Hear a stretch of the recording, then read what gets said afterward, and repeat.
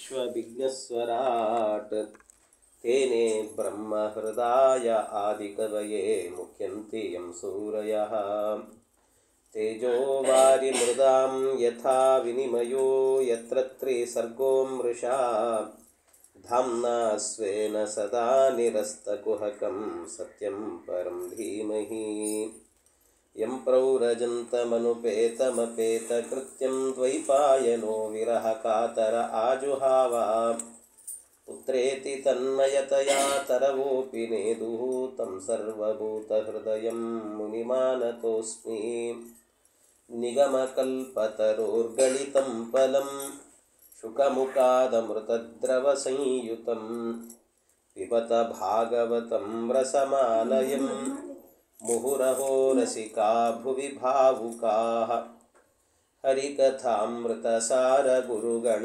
ಕರುಣದಿಂದಾಪನಿತು ಪೇಳುವೆ ಪರಮ ಭಗವದ್ಭಕ್ತರಿದನಾದರದಿ ಕೇಳುವುದು. ಶ್ರೀ ಗುರುಭ್ಯೋ ನಮಃ. ಹರಿ ಓಂ ಹರಿ ಓಂ ಹರಿ ಓಂ. ಚತುರ್ಮುಖ ಬ್ರಹ್ಮದೇವರು ಮಹರುದ್ರದೇವರ ಸೃಷ್ಟಿಯಾದ ಮೇಲೆ ಪುನಃ ಸೃಷ್ಟಿ ಮಾಡಬೇಕು ಅನ್ನುವ ಇಚ್ಛೆಯಿಂದಾಗಿ ಅನೇಕ ಮಾನಸ ಪುತ್ರರನ್ನು ಸೃಷ್ಟಿ ಮಾಡುತ್ತಾರೆ. ಮರಿಚ್ಯತ್ರಿಂಗಿರಸೌ ಪುಲಸ್ತ್ಯ ಪುಲಃ ಕ್ರತು ಭೃಗುರ್ವಸಿಷ್ಠೋ ದಕ್ಷಶ್ಚ ದಶಮಸ್ತತ್ರ ನಾರದಃ. ಮರೀಚಿ, ಅತ್ರಿ, ಅಂಗಿರಸ, ಪುಲಸ್ತ್ಯ, ಪುಲಹ, ಕ್ರತು, ಭೃಗು, ವಸಿಷ್ಠ, ದಕ್ಷ, ನಾರದ ಅಂತ 10ನೆಯವರು ನಾರದರು. ಇಷ್ಟು ಜನರನ್ನು ಕೂಡ ಸೃಷ್ಟಿ ಮಾಡಿದರಂತೆ ಬ್ರಹ್ಮದೇವರು. ಒಬ್ಬೊಬ್ಬರನ್ನು ಒಂದೊಂದರ ಅವಯವದಿಂದ ಸೃಷ್ಟಿ ಮಾಡಿದ್ದಾರೆ. ಬ್ರಹ್ಮದೇವರು ತಮ್ಮ ತೊಡೆಯಿಂದ ನಾರದರನ್ನು, ಅವರ ಅಂಗುಷ್ಠದಿಂದ ದಕ್ಷನನ್ನು, ಪ್ರಾಣದಿಂದ ವಸಿಷ್ಠರನ್ನು, ಚರ್ಮದಿಂದಾಗಿ ಭೃಗು, ಹಸ್ತದಿಂದ ಕ್ರತುಗಳನ್ನು, ಇನ್ನು ನಾಭಿಯಿಂದ ಪುಲಹ, ಕಿವಿಯಿಂದ ಪುಲಸ್ತ್ಯರನ್ನು, ಮುಖದಿಂದ ಅಂಗಿರಸರನ್ನು, ಕಣ್ಣುಗಳಿಂದ ಅತ್ರಿಗಳನ್ನು, ಮನಸ್ಸಿನಿಂದ ಮರೀಚಿಗಳನ್ನು, ಹೀಗೆ ಬ್ರಹ್ಮದೇವರ ಒಂದೊಂದು ಅವಯವಗಳಿಂದಾಗಿ ಇವರೆಲ್ಲರೂ ಕೂಡ ಜನಿಸಿದರು ಅಂತ ಹೇಳುತ್ತಾರೆ. ಇವರೆಲ್ಲರನ್ನು ಕೂಡ ಸೃಷ್ಟಿ ಮಾಡಿದರಂತೆ. ಆಮೇಲೆ ಇದಾದ ನಂತರ ಛಾಯಾಯ ಕರ್ದಮೋ ಜಜ್ಞೆ ದೇವಹೂತ್ಯಾ ಪತಿ ಪ್ರಭು. ಅವರ ಏನು ಶರೀರ ಇದೆ ಅದರ ಛಾಯೆ, ನೆರಳು, ಬ್ರಹ್ಮದೇವರ ನೆರಳೇನಿದೆ ಆ ನೆರಳಿನಿಂದ ಹುಟ್ಟಿದವರು ಯಾರು ಅಂತಂದರೆ ಕರ್ದಮ ಪ್ರಜಾಪತಿಗಳು. ಮುಂದೆ ಅವರ ಕಥೆ ಬರ್ತದೆ. ದೇವಹೂತಿ ದೇವಿಯನ್ನು ವಿವಾಹ ಮಾಡಿಕೊಳ್ತಾರೆ ಅಂತೆಲ್ಲ ಇದೆ. ಅವರು ಹುಟ್ಟಿದರು ಅಂತ ಹೇಳುತ್ತಾರೆ. ಹೀಗೆ ಅನೇಕರು ಅವರ ಅವಯವಗಳಿಂದ ಅನೇಕ ಋಷಿಗಳೆಲ್ಲರೂ ಕೂಡ ಹುಟ್ಟಿದ್ದಾರೆ ಅಂತ, ಅವತಾರವನ್ನು ಮಾಡಿದ್ದಾರೆ ಅಂತ ಹೇಳುತ್ತಾರೆ. ಇಷ್ಟೆಲ್ಲ ಆದ ನಂತರ ಆಮೇಲೆ ಚತುರ್ಮುಖ ಬ್ರಹ್ಮದೇವರು ಮುಂದೆ ಸಜ್ಜನರೆಲ್ಲರೂ ಕೂಡ ಭಗವಂತನ ತತ್ವಜ್ಞಾನವನ್ನು ಪಡ್ಕೊಳ್ಬೇಕು. ಅದಕ್ಕೋಸ್ಕರವಾಗಿ ಕೆಲವು ಹೋಮಗಳನ್ನು, ಮತ್ತು ಆ ಹೋಮ ಮಾಡಬೇಕಾದರೆ ವೇದ ಮಂತ್ರಗಳು ಬೇಕು. ಅದಕ್ಕೆ ವೇದಗಳನ್ನು, ಇವುಗಳನ್ನೆಲ್ಲವನ್ನು ಕೂಡ ಸೃಷ್ಟಿ ಮಾಡೋದು ಅಂದರೆ ಏನು, ಅದನ್ನು ಅಭಿವ್ಯಕ್ತಿಪಡಿಸಿದ್ರಷ್ಟೆ. ಋಗ್ಯಜುಸ್ಸಾಮ ಥರ್ವಾಖ್ಯಾನ್ ವೇದಾನ್ ಪೂರ್ವಾದಿಭಿರ್ಮುಖೈ ಶಸ್ತ್ರವಿದ್ಯಾಂ ಸ್ತುತಿಸ್ತೋಮಂ ಪ್ರಾಯಶ್ಚಿತ್ತಂ ವೇದಾತ್ಕ್ರಮಾತ್. ಇವರೆಲ್ಲ ಬ್ರಹ್ಮ ಮೊದಲು ಅಂದರೆ 4 ಮುಖಗಳಿದ್ದಾರೆ. 4 ಮುಖದಿಂದಲೂ ಕೂಡ ಕ್ರಮವಾಗಿ ಋಗ್ವೇದ, ಯಜುರ್ವೇದ, ಸಾಮವೇದ, ಅಥರ್ವವೇದ ಅಂತ ಈ ಎಲ್ಲ, ಮತ್ತು ಇಜ್ಜ, ಸ್ತುತಿಸ್ತೋಮ ಅಂತ ಕೆಲವೆಲ್ಲ ಪ್ರಾಯಶ್ಚಿತ್ತ ಮಂತ್ರಗಳಿದ್ದಾರೆ. ಆ ಪ್ರಾಯಶ್ಚಿತ್ತ ಮಂತ್ರಗಳನ್ನು, ಇವುಗಳನ್ನೆಲ್ಲವನ್ನು ಕೂಡ ಸೃಷ್ಟಿ ಮಾಡ್ತಾರೆ. ಈ ಪ್ರಾಯಶ್ಚಿತ್ತ ಮಂತ್ರಗಳು ವಿಶೇಷವಾಗಿರುವಂತಹದ್ದು ಅಂತ ಹೇಳ್ತಾರೆ. ಇವೆಲ್ಲ ಸೃಷ್ಟಿ ಮಾಡಿದ ನಂತರ ಆಮೇಲೆ ಮತ್ತೆ ಕೆಲವು ಶಾಸ್ತ್ರಗಳನ್ನು, ಬೇರೆ ಬೇರೆ ಶಾಸ್ತ್ರಗಳು, ಈಗ 4 ವೇದಗಳಾಯಿತು, ಇನ್ನೂ ಬೇರೆ ಬೇರೆ ವೇದಗಳನ್ನು ಸೃಷ್ಟಿ ಮಾಡಿದ್ದಾರೆ. ಆಯುರ್ವೇದಂ, ಧನುರ್ವೇದಂ, ಗಾಂಧರ್ವಂ ವೇದಮಾತ್ಮನಃ. ಆಯುರ್ವೇದ, ಧನುರ್ವೇದ, ಗಂಧರ್ವ ವೇದ, ಹೀಗೆ ಸಾಪತ್ಯವೇದ ಅಂದರೆ ಶಿಲ್ಪಶಾಸ್ತ್ರ. ಹೀಗೆ ಈ 4 ಉಪದೇಶಗಳನ್ನು ಕೂಡ 4 ಮುಖದಿಂದ ಮಾಡಿದರಂತೆ ಚತುರ್ಮುಖ ಬ್ರಹ್ಮದೇವರು. ಆಮೇಲೆ ಅವರೇ ಏನು ಮಾಡ್ತಾರೆ ಅಂತಂದರೆ, ಬ್ರಹ್ಮದೇವ ಎಲ್ಲ ಮುಖಗಳಿಂದಲೂ ಕೂಡ ಇತಿಹಾಸ ಪುರಾಣಂಚ ಪಂಚಮಂ ವೇದಮೀಶ್ವರ. ಇತಿಹಾಸ, ಪುರಾಣ ಇವುಗಳನ್ನೆಲ್ಲವನ್ನೂ ಕೂಡ ಉಪದೇಶ ಮಾಡಿದ್ರಂತೆ. ಆಮೇಲೆ ತಪಶೌಚಂ ದಯಾ ಸತ್ಯಂ ಧರ್ಮಸ್ಯೇತಿ ಪದಾನಿಚ ಅಂತ ತಪಸ್ಸು, ಶೌಚ, ದಯಾ, ಸತ್ಯ ಅನ್ನುವಂಥ 4 ಧರ್ಮದ ಪಾದಗಳನ್ನು ಕೂಡ ಸೃಷ್ಟಿ ಮಾಡಿದರು. ಈ ಎಲ್ಲ ಸೃಷ್ಟಿಯನ್ನು ಮಾಡಿದ ಮೇಲೆ ಮತ್ತೆ ಈ ಮನುಷ್ಯರೆಲ್ಲರೂ ಕೂಡ ಒಂದೊಂದು ಆಶ್ರಮದಲ್ಲಿ ಇರಬೇಕು. ಆ ಆಶ್ರಮದಲ್ಲಿ ಇರೋದಕ್ಕೋಸ್ಕರವಾಗಿ ಒಂದೊಂದು ಆಶ್ರಮಗಳ ಸೃಷ್ಟಿಯನ್ನು ಮಾಡುತ್ತಾರೆ. ಯಾವ್ಯಾವ್ದು ಆಶ್ರಮ ಅಂತ ಹೇಳಿದರೆ ಬಹಳ ಇದ್ದಾವೆ ಆಶ್ರಮಗಳು. ನಾವು ತಿಳ್ಕೊಂಡಿರೋದೇನು ಅಂದರೆ ಬ್ರಹ್ಮಚರ್ಯಾಶ್ರಮ, ಗೃಹಸ್ಥಾಶ್ರಮ, ವಾನಪ್ರಸ್ಥಾಶ್ರಮ ಮತ್ತು ಸನ್ಯಾಸಾಶ್ರಮ ಅಂತ ಇಷ್ಟೇ ಗೊತ್ತಿರೋದು ನಮಗೆ. ಅವುಗಳಲ್ಲೇ ಪ್ರಭೇದಗಳು ಬಹಳ ಇದ್ದಾರೆ. ಅವನ್ನೆಲ್ಲ ಹೇಳುತ್ತಾರೆ. ಎಷ್ಟೆಷ್ಟು ಸೃಷ್ಟಿ ಮಾಡಿದ್ದಾರೆ ಬ್ರಹ್ಮದೇವರು ಅಂತ. ಸಾವಿತ್ರಂ ಪ್ರಾಜಾಪತ್ಯಂಚ ಬ್ರಾಹ್ಮಂ ಚಾತ ಬೃಹತ್ತತ ವಾರ್ತಾ ಸಂಚಯಶಾಲೀನ ಶಿಲೋಂಚ ಇತಿ ವೈಗೃಹೇ ವೈಕಾನಸಾವಾಲಕಿಲ್ಯೋ ಉದುಂಬರಾಪೇನ ಪಾವನೆ ನ್ಯಾಸೇ ಕುಟೀಚಕ ಪೂರ್ವಂ ಬಹುದೋ ಹಂಸ ನಿಷ್ಕ್ರಿಯವು.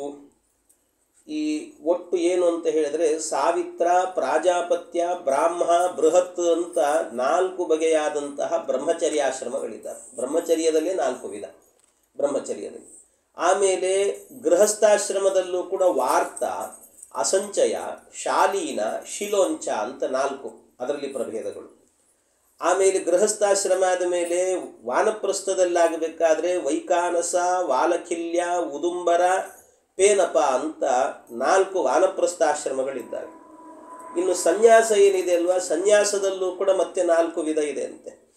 ಕುಟೀಚಕ, ಬಹುದಕ, ಹಂಸ, ಪರಮಹಂಸ ಅಂತ 4 ವಿಧ ಅಂತ ಹೇಳ್ತಾರೆ. ಏನಿದು 4 ವಿಧ?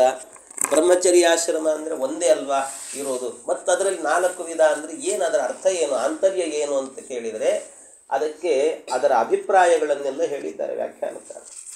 ಸಾವಿತ್ರ ಬ್ರಹ್ಮಚರ್ಯ, ಸಾವಿತ್ರ, ಪ್ರಾಜಾಪತ್ಯ, ಬ್ರಾಹ್ಮ, ಬೃಹತ್ ಅಂತ 4 ವಿಧವಾದಂಥ ಬ್ರಹ್ಮಚರ್ಯ ಇದೆ. ಅದರಲ್ಲಿ ಮೊದಲನೇದಾಗಿ ಹೇಳಿರುವಂಥದ್ದು ಸಾವಿತ್ರ ಬ್ರಹ್ಮಚರ್ಯ ಅಂತ. ಈ ಸಾವಿತ್ರ ಬ್ರಹ್ಮಚರ್ಯ ಅಂದರೆ ಏನು ಅಂತ ಕೇಳಿದರೆ, ಉಪನಯನ ಆಗುತ್ತೆ. ಉಪನಯನ ಆದ ನಂತರ ಆಮೇಲೆ ಗುರುಕುಲ ವಾಸ ಮಾಡೋದಕ್ಕಿಂತ ಮೊದಲು 3 ದಿವಸ ಗುರುಕುಲ ವಾಸಕ್ಕೆ ಹೋಗಬೇಕಾದ್ರೆ ಒಂದು 3 ದಿವಸ ಏನು ಮಾಡ್ತಾನೆ ಅಂತಂದರೆ ಗಾಯತ್ರಿ ಮಂತ್ರದ ಅಧ್ಯಯನವನ್ನು ಮಾಡ್ತಾನಂತೆ. 3 ದಿವಸ ಗುರುಕುಲಕ್ಕೆ ಹೋಗ್ಲಿಕ್ಕಿಲ್ಲ, ತಂದೆನೇ ಅವನಿಗೆ. ಯಾಕೆಂದರೆ ಮೊದಲ ಬಾರಿಗೆ ಏನಾಗಿರುತ್ತೆ ಅಂದರೆ ಗಾಯತ್ರಿ ಮಂತ್ರದ ಉಪದೇಶವನ್ನು ಮಾಡಿರ್ತಾನೆ ತಂದೆ. ಮೊದಲ ಬಾರಿ ಗಾಯತ್ರಿ ಮಂತ್ರದ ಉಪದೇಶ ಮಾಡಿದಾಗ ಅವನಿಗಿನ್ನೂ ಸರಿಯಾಗಿ ಬಂದಿರಲ್ಲ. ಹಾಗಾಗಿ ಅವನು ಸರಿಯಾಗಿ ಅಧ್ಯಯನ ಮಾಡಬೇಕು ಅನ್ನೋದಕ್ಕೋಸ್ಕರವಾಗಿ 3 ದಿವಸ ಅವನಿಗೆ ಪಾಠವನ್ನು ಮಾಡ್ತಾನೆ ತಂದೆ. 3 ದಿವಸ ಅದರ ಪ್ರಾಕ್ಟೀಸ್ ಮಾಡ್ತಾ ಕೊಡ್ತಾನಲ್ಲ, ಆ 3 ದಿವಸ ಇರುವಂತಹ ಏನು ಬ್ರಹ್ಮಚಾರಿ ಇದ್ದಾನೆ ಆ ಬ್ರಹ್ಮಚಾರಿಗೆ ಸಾವಿತ್ರ ಬ್ರಹ್ಮಚಾರಿ ಅಂತ ಕರೀತಾರೆ. ಅದನ್ನು ಸಾವಿತ್ರಿಯನ್ನು ಅಂದರೆ ಗಾಯತ್ರಿ ಮಂತ್ರದ ವಿಶೇಷ ಸಿದ್ಧಿ ಮಾಡಿಕೊಡ್ತಾ ಇರ್ತಾನೆ ಅವನು. ಆದ್ದರಿಂದ ಸಾವಿತ್ರ ಬ್ರಹ್ಮಚರ್ಯ ಅಂತ ಕರೀತಾರೆ. ಇದು ಒಂದು ಬ್ರಹ್ಮಚರ್ಯ. ಇನ್ನೊಂದಿದೆ ಪ್ರಾಜಾಪತ್ಯ ಬ್ರಹ್ಮಚರ್ಯ ಅಂತ. ಪ್ರಾಜಾಪತ್ಯ ಬ್ರಹ್ಮಚರ್ಯ ಅಂತ ಹೇಳಿದರೆ ಅವನು ಪೂರ್ತಿ ಬ್ರಹ್ಮಚಾರಿ ಅಂತಲ್ಲ, ಗೃಹಸ್ಥನೂ ಆಗಿರ್ತಾನಂತೆ.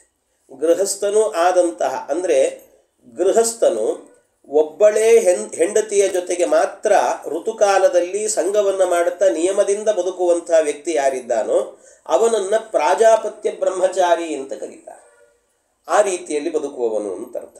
ಇನ್ನೊಂದು ಬ್ರಾಹ್ಮ ಬ್ರಹ್ಮಚಾರಿ ಅಂತ ಕರೀತಾರೆ. ಬ್ರಾಹ್ಮ ಬ್ರಹ್ಮಚರ್ಯ ಅಂತ ಹೇಳಿದರೆ 12 ವರ್ಷಗಳ ಕಾಲ ಗುರುಕುಲದಲ್ಲಿ ಬ್ರಹ್ಮಚಾರಿಯಾಗಿ ಅಧ್ಯಯನವನ್ನು ನಡೆಸುವಂಥ ವ್ಯಕ್ತಿ. ಇದು ಬ್ರಾಹ್ಮ ಬ್ರಹ್ಮಚರ್ಯ ಅಂತ ಕರೀತಾರೆ. ಇನ್ನೊಂದು ಬೃಹತ್ ಬ್ರಹ್ಮಚರ್ಯ ಅಂತ ಹೇಳ್ತಾರೆ. ಬೃಹತ್ ಬ್ರಹ್ಮಚರ್ಯ ಅಂತ ಹೇಳಿದರೆ ಜೀವನ ಪೂರ್ತಿ ವಿವಾಹವೇ ಮಾಡಿಕೊಳ್ಳದೆ ಬದುಕುವಂಥ, ಭೀಷ್ಮ ಮೊದಲಾದವರೆಲ್ಲ ಇದ್ರಲ್ಲ ಹಾಗೆ ಜೀವನ ಪೂರ್ತಿಯಾಗಿ ಬ್ರಹ್ಮಚರ್ಯದಲ್ಲೇ ಇದ್ದು ಬಿಡೋದಿದೆಯಲ್ಲ, ಇದನ್ನು ಬೃಹತ್ ಬ್ರಹ್ಮಚರ್ಯ ಅಂತ ಕರೀತಾರೆ. ಹೀಗೆ 4 ವಿಧವಾಗಿರುವಂಥ ಬ್ರಹ್ಮಚರ್ಯಾಶ್ರಮ ಎನ್ನುವಂಥದ್ದು ಇದೆ ಅಂತ ಹೇಳಿದ್ದಾರೆ. ಆಮೇಲೆ ಇನ್ನು ಗೃಹಸ್ಥಾಶ್ರಮ ಏನಿದೆ ಅದರಲ್ಲೂ 4 ಇದೆ ಅಂತ ಹೇಳಿದರು. ವಾರ್ತಾ, ಅಸಂಚಯ, ಶಾಲೀನ, ಶಿಲೋಂಚ ಅಂತ. ಅದರಲ್ಲಿ ಮೊದಲನೇದಾಗಿ ವಾರ್ತಾ ಅಂತ ಹೇಳುತ್ತಾರೆ. ವಾರ್ತಾ ಅಂದರೆ ಗೃಹಸ್ಥನು ಮನೆಯಲ್ಲಿ ಧಾನ್ಯಗಳ ಸಂಗ್ರಹವನ್ನು ಮಾಡದೇನೆ, ಅಂದರೆ ಊಟಕ್ಕೆ ನಾಳೆ ಏನು ಬೇಕು ಅಂತ ಮೊದಲೇ ಹೋಗಿ ಒಂದಷ್ಟು ತಂದಿಟ್ಟುಕೊಂಡು ಇವ್ರ ಹತ್ರ ಹಂಗೆ ಮಾಡೋದಿಲ್ಲಂತೆ. ಅದು ಏನು ಅಂತ ಹೇಳಿದರೆ ಅದನ್ನು ಸಂಗ್ರಹವನ್ನು ಮಾಡದೆ ಒಬ್ಬ ಸದ್ಗೃಹಸ್ಥನಾದಂಥ ವ್ಯಕ್ತಿಯ ಮನೆಗೆ ಹೋಗ್ತಾನಂತ. ಅವನು ಸದ್ಗೃಹಸ್ಥನ ವ್ಯಕ್ತಿಯ ಮನೆಗೆ ಹೋಗಿ ಮನೆಗಳಿಗೆ ಓಡಾಡೋದು, ಅಲ್ಲಿ ಹೋಗಿ ಭಿಕ್ಷಾಟನೆಯನ್ನು ಮಾಡೋದು. ಅದನ್ನು ಈ ಯಾಯವಾರ ಅಂತ ಹೇಳ್ತಾರೆ. ಯಾಯವಾರ ಅಂದರೆ ಈ ಸದ್ಗೃಹಸ್ಥರ ಮನೆಗೆ ಮಾತ್ರ ಹೋಗೋದು, ಕಂಡವ್ರ ಮನೆಗೆ ಹೋಗ್ಲಿಕ್ಕಿಲ್ಲ. ಅದನ್ನು ಹಾಗೆ ಹೋಗುವಂಥ ಕ್ರಮ ಏನಿದೆ ಅಲ್ವಾ, ಅದನ್ನು ಯಾಯವಾರ ಅಂತ ಕರೀತಾರೆ. ಈ ರೀತಿ ಯಾಯವಾರವನ್ನು ಮಾಡಿಕೊಂಡು ಜೀವನ ಮಾಡುವಂಥ ವ್ಯಕ್ತಿ ಇದ್ದಾನಲ್ವ, ಅಂಥ ಗೃಹಸ್ಥಾಶ್ರಮಿಗೆ ವಾರ್ತಾಗೃಹಸ್ಥಾಶ್ರಮಿ ಅಂತ ಕರೀತಾರೆ. ವಾರ್ತಾಗೃಹಸ್ಥಾಶ್ರಮಿ. ಇನ್ನು ಅಸಂಚಯ ಗೃಹಸ್ಥಾಶ್ರಮ ಅಂತ ಅಂದರೆ, ಅಸಂಚಯ ಗೃಹಸ್ಥಾಶ್ರಮ ಅಂದರೆ ಸಂಪಾದನೆ ಮಾಡ್ತಾನೆ, ಅವತ್ತು ಸಂಪಾದನೆ ಮಾಡಿದ್ದನ್ನು ಅವತ್ತೇ ಉಣ್ತಾನೆ, ಮರುದಿನಕ್ಕೆ ಕೂಡಿಡೋದಿಲ್ಲ. ಈ ರೀತಿ ಬದುಕೋದಿದೆ ಅಲ್ವಾ, ಮರುದಿನಕ್ಕೇನು ದೇವರಿದ್ದಾನೆ ಅಂತ ಅಸಂಚಯ ವೃತ್ತಿ ಅಂತ ಹೇಳ್ತಾರೆ. ಅಸಂಚಯ ವೃತ್ತಿಯಲ್ಲಿ ಬದುಕೋದು, ಅವತ್ತೇನು ಬಂತೋ ಅದನ್ನು ತಗೊಂಡು ಬದುಕೋದು ಅಷ್ಟೇ. ಆ ರೀತಿ ಮತ್ತು ನಾಳೆಗೇನು ಅಂತ ವಿಚಾರ ಮಾಡಲಿಕ್ಕಿಲ್ಲ. ಇದು ಅಸಂಚಯ ವೃತ್ತಿ ಅಂತ. ಧೇನು ವೃತ್ತಿ ಅಂತಾರಲ್ಲ, ಇದೇ ಅದು ವೃತ್ತಿ, ಧೇನು ವೃತ್ತಿ ಅಂತ. ಧೇನು ಅಂದರೆ ಹಸು ಏನು ಮಾಡ್ತದೆ ಅಂದರೆ, ನೀವು ಮೇಯ್ಲಿಕ್ಕೆ ಅಂತ ಬಿಟ್ಟರೆ ಹೋಗಿ ಹುಲ್ಲು ತಿಂತದೆಲ್ಲ. ಹುಲ್ಲು ತಿಂದಾದ ನಂತರ ಮತ್ತೆ ಸಾಯಂಕಾಲ ಏನಾಗುತ್ತದೆ, ಕೊಟ್ಟಿಗೆಗೆ ಬಂದುಬಿಡ್ತದೆ. ತನ್ನಷ್ಟಕ್ಕೆ ತಾನು ಮನೆಗೆ ಬರುತ್ತೆ, ಕೊಟ್ಟಿಗೆಯಲ್ಲಿ ಇರುತ್ತೆ, ಹಸು ಕೊಟ್ಟಿಗೆಯಲ್ಲಿ. ಆದರೆ ಒಂದು ದಿವಸವೂ ಕೂಡ ಹಸು ಅಲ್ಲ, ನಾಳೆ ನನ್ನ ಯಜಮಾನ ಅಕಸ್ಮಾತ್ ನನ್ನನ್ನು ಮೇಯ್ಲಿಕ್ಕೆ ಬಿಡಲಿಲ್ಲ ಅಂದರೆ ಏನು ಮಾಡೋದು, ಒಂದಷ್ಟು ಹುಲ್ಲು ತಂದಿಟ್ಕೊಂಡ್ರೆ ನಾಳೆಗೆ ಆಗ್ತದೆ, ಹಂಗೆ ಮಾಡೋದೇ ಇಲ್ಲ. ಹಸು ನಾಳೆಗೆ ಆಗ್ತದೆ ಅಂತ ಇಲ್ಲವೇ ಇಲ್ಲ. ಅಂದರೆ ನಾಳೆಗೆ ಅಂದರೆ ದೇವರಿದ್ದಾನೆ ಅಂತ ಅಷ್ಟು ವಿಶ್ವಾಸ ಅಂತೆ. ದೇವರ ಬಗ್ಗೆ ವಿಶ್ವಾಸ, ದೇವರು ರಕ್ಷಣೆ ಮಾಡ್ತಾನೆ ಅಂತ. ನಾಳೆಗೆ ಅಂತ ಎತ್ತಿಡದೇ ಇರುವಂಥ ಒಂದು ಪ್ರಾಣಿ ಅಂತ. ನಾಳೆಗೆ ಅಂತ, ನಾಳೆಗಲ್ಲ ವರ್ಷಗಟ್ಟಲೆ ಆದರೂ ಕೂಡ ಅದನ್ನು ಮತ್ತೆ ನನಗೆ ಬೇಕಾಗ್ತದೆ ಅಂತ ಎತ್ತಿಡುವ ಒಂದು ಪ್ರಾಣಿ ಅಂತಿದ್ರೆ ಜಗತ್ತಲ್ಲ, ಅದು ಮನುಷ್ಯ ಮಾತ್ರ. ಹಾಗೆ ಮನುಷ್ಯ ಮಾತ್ರ ಅದನ್ನು ಭಾರಿ ಕಾಪಾಡಿಕೊಳ್ತಿರ್ತಾನೆ. ಉಳಿದ ಪ್ರಾಣಿಗಳೆಲ್ಲ ಸ್ವಲ್ಪ ದಿವಸ ಅಷ್ಟೇ ಬಿಟ್ಬಿಡ್ತಾವೆ ಅಷ್ಟೆ. ಹಾಗೆ ಆ ರೀತಿಯಲ್ಲಿ ಬದುಕುವಂಥ ವೃತ್ತಿ ಇದೆ ಅಲ್ವಾ, ಅದನ್ನು ಅಸಂಚಯ ಗೃಹಸ್ಥಾಶ್ರಮ ಅಂತ ಕರೀತಾರಂತೆ. ಇನ್ನೊಂದಿದೆ ಶಾಲೀನ ಗೃಹಸ್ಥಾಶ್ರಮ ಅಂತ. ಶಾಲೀನ ಗೃಹಸ್ಥಾಶ್ರಮ ಅಂತ ಹೇಳಿದರೆ, ಒಂದು ವರ್ಷಕ್ಕೆ ಬೇಕಾದಂಥ ಧಾನ್ಯಗಳನ್ನು ಸಂಗ್ರಹ ಮಾಡಿ ಮನೆಯಲ್ಲಿ ಇಟ್ಕೊಂಡ್ಬಿಡೋದು. ಅದನ್ನು ಮತ್ತೆ ಇನ್ನು ಬೇರೆ ತರಲಿಕ್ಕೆ ಹೋಗಲ್ಲ, ತರೋದೇ ಇಲ್ಲ. ಮತ್ತೆ ವರ್ಷದಲ್ಲಿ ಏನಾದ್ರು ಖಾಲಿ ಆದರೂ ಕೂಡ ತರೋದಿಲ್ಲ. ಉಪವಾಸ ಆದರೆ ಇದ್ಬಿಡ್ತಾನೆ. ಅಂತೂ ಒಂದು ವರ್ಷಕ್ಕೆ ಬೇಕಾದನ್ನು ಒಂದು ಸರ್ತಿ ಸಂಗ್ರಹ ಮಾಡಿ ಇಟ್ಕೊಂಡ್ಬಿಡೋದು, ಮತ್ತು ಮಧ್ಯದಲ್ಲಿ ತರೋದಿಲ್ಲ. ಹಾಗೆ ಬದುಕುವಂಥ ಒಂದು ವೃತ್ತಿ ಇದೆ. ಈ ವೃತ್ತಿಯಲ್ಲಿ ಬದುಕುವಂಥವರಿಗೆ ಶಾಲೀನ ಗೃಹಸ್ಥಾಶ್ರಮಿಗಳು ಅಂತ. ಈ ಕೆಲವರೆಲ್ಲ ಚಾತುರ್ಮಾಸ್ಯ ವ್ರತದಲ್ಲಿ ಮಾಡ್ತಿರ್ತಾರೆ. ಏನು ಅಂದರೆ, ಊಟಕ್ಕೆ ಕೂಡಬೇಕಾದ್ರೆ ಏನೇನು ಅಡಿಗೆ ಮಾಡಿದ್ದೀರಿ ಎಲ್ಲ ಒಟ್ಟಿಗೆ ಹಾಕಿಬಿಡ್ರು ಒಂದು ಸರ್ತಿ ಹಾಕಿ ಮತ್ತೆ ಮಧ್ಯದಲ್ಲಿ ಕೇಳಲ್ಲ ಅಂತ. ಅದೊಂದು ಕ್ರಮ, ಹಾಗೆ ಮಾಡುವಂಥದ್ದು ವ್ರತ ಅದೆಲ್ಲವೂ ಕೂಡ. ಇನ್ನು ಕೆಲವರು ಏನು ಮಾಡ್ತಿರ್ತಾರೆ ಅಂತಂದರೆ, ಈ ಚಾತುರ್ಮಾಸ್ಯ ವ್ರತದಲ್ಲಿ ಅನೇಕ ವ್ರತಗಳಿದ್ದಾವೆ. ಚಾತುರ್ಮಾಸ್ಯದಲ್ಲಿ ಮಾಡುವಂಥದ್ದನ್ನು ಕೂಡ ಈ ಕೆಲವು ದಿಕ್ಕೂಟ ಮೂಕೂಟ ಅಂತ ಮಾಡ್ತಿರ್ತಾರೆ. ದಿಕ್ಕೂಟ ಮೂಕೂಟ ಅಂತಂದರೆ, ಒಂದೊಂದು ದಿಕ್ಕಿಗೆ 4 ತಿಂಗಳಿದೆ. 4 ತಿಂಗಳಲ್ಲೂ ಕೂಡ ಮೊದಲಿಗೆ ಒಂದು ದಿಕ್ಕಿಗೆ ಕೂತ್ಕೊಂಡ್ರೆ ಎಲ್ಲಿ ಹೋದರೂ ಅದೇ ದಿಕ್ಕಲ್ಲಿ ಊಟ. ಪೂರ್ವಕ್ಕೆ ಕೂತಿದ್ರು ಅಂದರೆ ಪ್ರತಿನಿತ್ಯ ಒಂದು ತಿಂಗಳಾಗೋ ತನಕಲ್ಲೂ ಕೂಡ ಪೂರ್ವದಲ್ಲೇ ಊಟ. 2ನೇ ತಿಂಗಳಿಗೆ ಆಮೇಲಾಗಬೇಕಾದ್ರೆ ಪೂರ್ವ, ಆಮೇಲೆ ಈ ಕಡೆ ದಕ್ಷಿಣಕ್ಕೆ ಪ್ರದಕ್ಷಿಣಾಕಾರವಾಗಿ ಹೋಗೋದು. ಹೀಗೆ ಇನ್ನೊಂದು ಮೂಕೂಟ ಅಂತ. ಮೂಕೂಟ ಅಂದರೆ ಊಟಕ್ಕೆ ಕೂತಾಗ ಯಾರು ಮಾತಾಡಿಸಿದ್ರು ಮಾತಾಡಲ್ಲ, ದೇವರ ಚಿಂತನೆ ದೇವರ ಹಾಡು ಅದನ್ನು ಹೇಳ್ತಾರೆ, ಹಂಗಿರ್ತದೆ. ಹೀಗೆಲ್ಲ ಮಾಡು. ಇದೆಲ್ಲ ದಿಕ್ಕೂಟ ಮೂಕೂಟ ಅಂತೆಲ್ಲ ವ್ರತಗಳಿವೆಲ್ಲವೂ ಕೂಡ. ಹಾಗೆ ಇದು ಕೂಡ ಏನಂದ್ರೆ, ಒಂದು ವರ್ಷಕ್ಕಾಗುವಂಥದ್ದನ್ನು ಒಮ್ಮೆ ಸಂಗ್ರಹ ಮಾಡೋದು ಮತ್ತೆ ತಗೊಳ್ಳೋದಿಲ್ಲ. ಈ ರೀತಿ ಬದುಕುವಂಥದ್ದು ಅಂತ. ಹೀಗೆ ಆಮೇಲೆ ಇನ್ನೊಂದೇನು ಅಂತಂದರೆ, ಶಿಲೋಂಚ ವೃತ್ತಿ ಅಂತ ಹೇಳ್ತಾರೆ.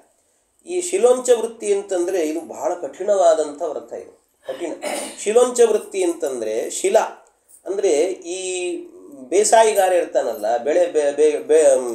ಬೆಳೆಯುವವನು, ಅವನೇನು ಮಾಡ್ತಾನೆ ಅಂದರೆ, ಹೊಲಗಳಲ್ಲೆಲ್ಲ ಏನು ಮಾಡ್ತಾನೆ, ಈ ತೆನೆಗಳನ್ನು ಎಲ್ಲ ಬೆಳೆದಾದ ನಂತರ ತರ್ತಾನೆ. ಅವನು ತಂದಾದ ಮೇಲೆ ಏನು ಮಾಡ್ತಾನೆ ಅಂತಂದರೆ, ಅವನು ಅದನ್ನು ತಂದು ಹೊಡಿತಾನೆ, ನೆಲಕ್ಕೆ ಹೊಡೆದಾಗ ಅದೆಲ್ಲ ಬಿಡಿಸ್ಕೊಳ್ತಾರೆ.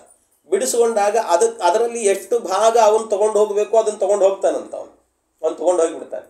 ತೊಗೊಂಡು ಹೋದ ನಂತರ ಆಮೇಲೆ ಉಳಿದಂಥದ್ದೇನಿರುತ್ತಲ್ವ, ಉಳಿದ ಭಾಗ ಅದನ್ನು ಆರಿಸಿಕೊಂಡು ಬಂದು ತಿನ್ನುವಂಥ ಒಂದು ವೃತ್ತಿ ಇದೆಯಲ್ಲ, ಅದನ್ನು ಶಿಲವೃತ್ತಿ ಅಂತ ಕರೀತಾರೆ. ಅದರಲ್ಲೇ ಮತ್ತೆ ಉಂಚವೃತ್ತಿ ಅಂತ ಇನ್ನೊಂದಿದೆ. ಉಂಚವೃತ್ತಿ ಅಂತ ಹೇಳಿದರೆ ಅದರಲ್ಲೂ ಏನು ಮಾಡ್ತಾರಂತೆ, ಈ ಕಾಳೆಲ್ಲ ಇರ್ತಾವಲ್ಲ, ಕಾಳುಗಳನ್ನೆಲ್ಲವನ್ನು ಕೂಡ ಈ ಹಸು ಆಕಳು ತಿನ್ನುತ್ತಂತದನ್ನು. ಆಕಳು ತಿಂತದೆ ಕಾಳುಗಳನ್ನೆಲ್ಲ. ಆಕಳು ಕಾಳನ್ನು ತಿಂದ ಮೇಲೆ ಅದೇನಾಗಿರುತ್ತೆ ಅಂತಂದರೆ, ಕಾಳು ತಿಂದಿದ್ದೆಲ್ಲವೂ ಕೂಡ ಜೀರ್ಣವಾಗಿ ಆಮೇಲೆ ಅದು ಸೆಗಣಿ ರೂಪದಲ್ಲಿ ಹೊರಗೆ ಬರ್ತದೆ. ಅದು ಹೊರಗೆ ಬಂದಾದ ನಂತರ ಏನಾಗಿರುತ್ತೆ ಅಂದರೆ ಆ ಸಗಣಿ ಒಳಗಡೆ ಕೆಲವು ಕಾಳುಗಳು ಜೀರ್ಣ ಆಗಿರಲ್ಲ. ಹಾಗಿರುವಂಥ ಒಂದು ಕಾಳು ಇರ್ತದಲ್ಲ, ಅದನ್ನು ಆರಿಸಿ ತೊಳೆದು ಅದನ್ನು ಅಡಿಗೆ ಮಾಡಿಕೊಂಡು ತಿನ್ನೋ ವೃತ್ತಿ ಇದೆಯಲ್ಲ, ಅದನ್ನು ಉಂಚ ವೃತ್ತಿ ಅಂತ ಕರೀತಾರೆ. ಹಾಗೆ ಬದುಕ್ತಾ ಇದ್ದವ್ರು ಯಾರು ಅಂದರೆ ಮಹಾಭಾರತದಲ್ಲಿ ದ್ರೋಣಾಚಾರ್ಯ ಇದ್ರು ಅಂತ ಹೇಳ್ತಾರೆ. ದ್ರೋಣಾಚಾರ್ಯರ ಬದುಕು ಹಾಗಿತ್ತಂತೆ. ದ್ರೋಣಾಚಾರ್ಯ ಆ ರೀತಿಯಲ್ಲಿ ಬದುಕ್ತಿದ್ರಂತ. ಒಂದು ದಿವಸವೂ ಕೂಡ ಮತ್ತೊಬ್ಬರ ಮನೆಗೆ ಹೋದವರಲ್ಲ, ಅವ್ರು ಕೇಳಲಿಕ್ಕೆ ಅಂತ ಹೋದವರಲ್ಲ. ಯಾವಾಗ ಅವ್ರ ಮಗ ಬಂದು ಆ ದುರ್ಯೋಧನ ಅಯೋಗ್ಯ ಹಾಲು ಕೊಟ್ಟನೋ ಏನೋ, ಆವಾಗ ಮೊದಲನೇ ಸರ್ತಿ ಒಂದು ಹಸು ಬೇಕು ಅಂತ ಅಂದ್ಕೊಂಡು ಪರಶುರಾಮ ದೇವ್ರ ಹತ್ರ ಮತ್ತೆ ಆ ಅವನು ದೃಪದನ ಹತ್ರ ಹೋಗಿಬಿಟ್ರು ಅವರು. ಇದೆ ಅಲ್ಲೇ ಬಂದದ್ದು ಸಮಸ್ಯೆ. ಹೀಗೆ ಈ ರೀತಿ 4 ವಿಧವಾಗಿರುವಂಥ ಗೃಹಸ್ಥಾಶ್ರಮ ಎನ್ನುವಂಥ ವೃತ್ತಿ ಇದೆ ಅಂತ, ಗೃಹಸ್ಥ ವೃತ್ತಿ ಅಂತ. ಆಮೇಲೆ ಇದಲ್ಲದೇನೆ ಮುಂದೆ ಈ ಮತ್ತು ವಾನಪ್ರಸ್ಥದಲ್ಲಿ ವೈಖಾನಸ, ವಾಲಕಿಲ್ಯ, ಉದುಂಬರ, ಪೇನಪ ಅಂತ ಇದೆ. ವೈಖಾನಸ ಅಂತ ಹೇಳಿದರೆ ಈ ಕಾಡಿಗೆ ಹೋಗಿರ್ತಾರೆ, ಗೆಡ್ಡೆ ಗೆಣಸನ್ನು ಮಾತ್ರ ತಿನ್ಕೊಂಡು ಬದುಕುವಂಥ ಒಂದು ವೃತ್ತಿ ಇದೆ ಅಲ್ವಾ, ಅದನ್ನು ವಾನಪ್ರಸ್ಥ, ಅದು ವೈಖಾನಸ ವಾನಪ್ರಸ್ಥ ಅಂತ ಕರೀತಾರೆ. ಬರೀ ಗೆಡ್ಡೆ ಗೆಣಸನ್ನು ಮಾತ್ರ ತಿಂತಿರ್ತಾರೆ. ಇನ್ನೊಂದಿದೆ, ಅದು ವಾನಪ್ರಸ್ಥರು. ಆಮೇಲೆ ಉದುಂಬರ ಅಂತ ಹೇಳಿದರೆ ಅದು ಹಣ್ಣು ಹಂಪಲನ್ನು ಮಾತ್ರ ತಿಂತಾರೆ, ಮತ್ತು ಬೇರೆ ತಿನ್ನೋದಿಲ್ಲ, ಹಣ್ಣು ಹಂಪಲು ಮಾತ್ರ. ಇಂಥ ತಿಂದು ಉದುಂಬರ ವಾನಪ್ರಸ್ಥರು ಅಂತ ಹೇಳ್ತಾರೆ. ಇನ್ನು ವಾಲಕಿಲ್ಯ ಅಂತಿದ್ದಾರೆ, ವಾನಪ್ರಸ್ಥರು ಅಂತ, ಗೆಡ್ಡೆ ಗೆಣಸು ಹಣ್ಣು ಹಂಪಲು ಎರಡನ್ನೂ ತಿಂತಾರಂತ, ಆ ರೀತಿ ಬದುಕುವವರು. ಆಮೇಲೆ ಇನ್ನೊಂದೇನು ಅಂತ ಹೇಳಿದರೆ ಇದು ಪೇನಪ ವಾನಪ್ರಸ್ಥರು ಅಂತ ಹೇಳ್ತಾರೆ. ಪೇನಪ ವಾನಪ್ರಸ್ಥರು ಅಂತಂದರೆ ಇದೊಂದು ಸ್ವಲ್ಪ ಕಷ್ಟ. ಹೇಗೆ ಅಂದರೆ ಪೇನಪ ಅಂತ ಹೇಳಿದರೆ ಈ ಹಸು ಇರ್ತದೆ, ಈ ಕರು ಇರ್ತದೆ. ಕರು ಏನು ಮಾಡ್ತದಂತೆ, ಹಸುವಿನ ಕೆಚ್ಚಲಿಗೆ ಬಾಯಿ ಹಾಕಿ ಹಾಲು ಕುಡಿತದೆ. ಅದು ಹಾಲು ಕುಡಿತಾ ಇದ್ದಾಗ ಏನಾಗುತ್ತೆ ಅಂದರೆ ಅದರ ಬಾಯಿ ಸುತ್ತಲೂ ಕೂಡ ನೊರೆ ಬರ್ತದೆ. ಆ ನೊರೆ ಬಂದದ್ದೇನಿರ್ತದಲ್ಲ ಅದನ್ನು ಬಳ್ಕೊಂಡು ಅದನ್ನು ತಿನ್ಕೊಂಡು ಬದುಕೋದಂತ, ಹಾಗೆ ಬದುಕೋದು. ಅದನ್ನು ಈ ವೃತ್ತಿ ಏನಿದೆಯಲ್ವ ಇದನ್ನು ಪೇನಪ ವಾನಪ್ರಸ್ಥ ವೃತ್ತಿ ಅಂತ ಕರೀತಾರೆ. ನಾವೆಲ್ಲ ಕೇಳಬೇಕಷ್ಟೇ, ಇಂಥದ್ದೆಲ್ಲ ಮಾಡಲಿಕ್ಕಾಗಲ್ಲ. ಹೇಳಿ ಹೀಗಿತ್ತು ಅಂತ ಗೊತ್ತಾಗ್ತದಷ್ಟೇ. ಹಾಗೆ ಈ ರೀತಿಯಲ್ಲಿ ಇದು ಪೇನಪ ವಾನಪ್ರಸ್ಥ ಅಂತ ಕರೀತಾರೆ. ಇನ್ನು ಇದಲ್ಲದೇನೆ ಮತ್ತೆ 4 ವಿಧವಾದಂಥ ಸನ್ಯಾಸಗಳಿದೆ ಅಂತ ಹೇಳ್ತಾರೆ. 4 ಸನ್ಯಾಸಗಳು ಕೂಡ ಯಾವುದು ಅಂದರೆ ಕುಟೀಚಕ, ಬಹುದಕ, ಹಂಸ, ಪರಮಹಂಸ ಅಂತ.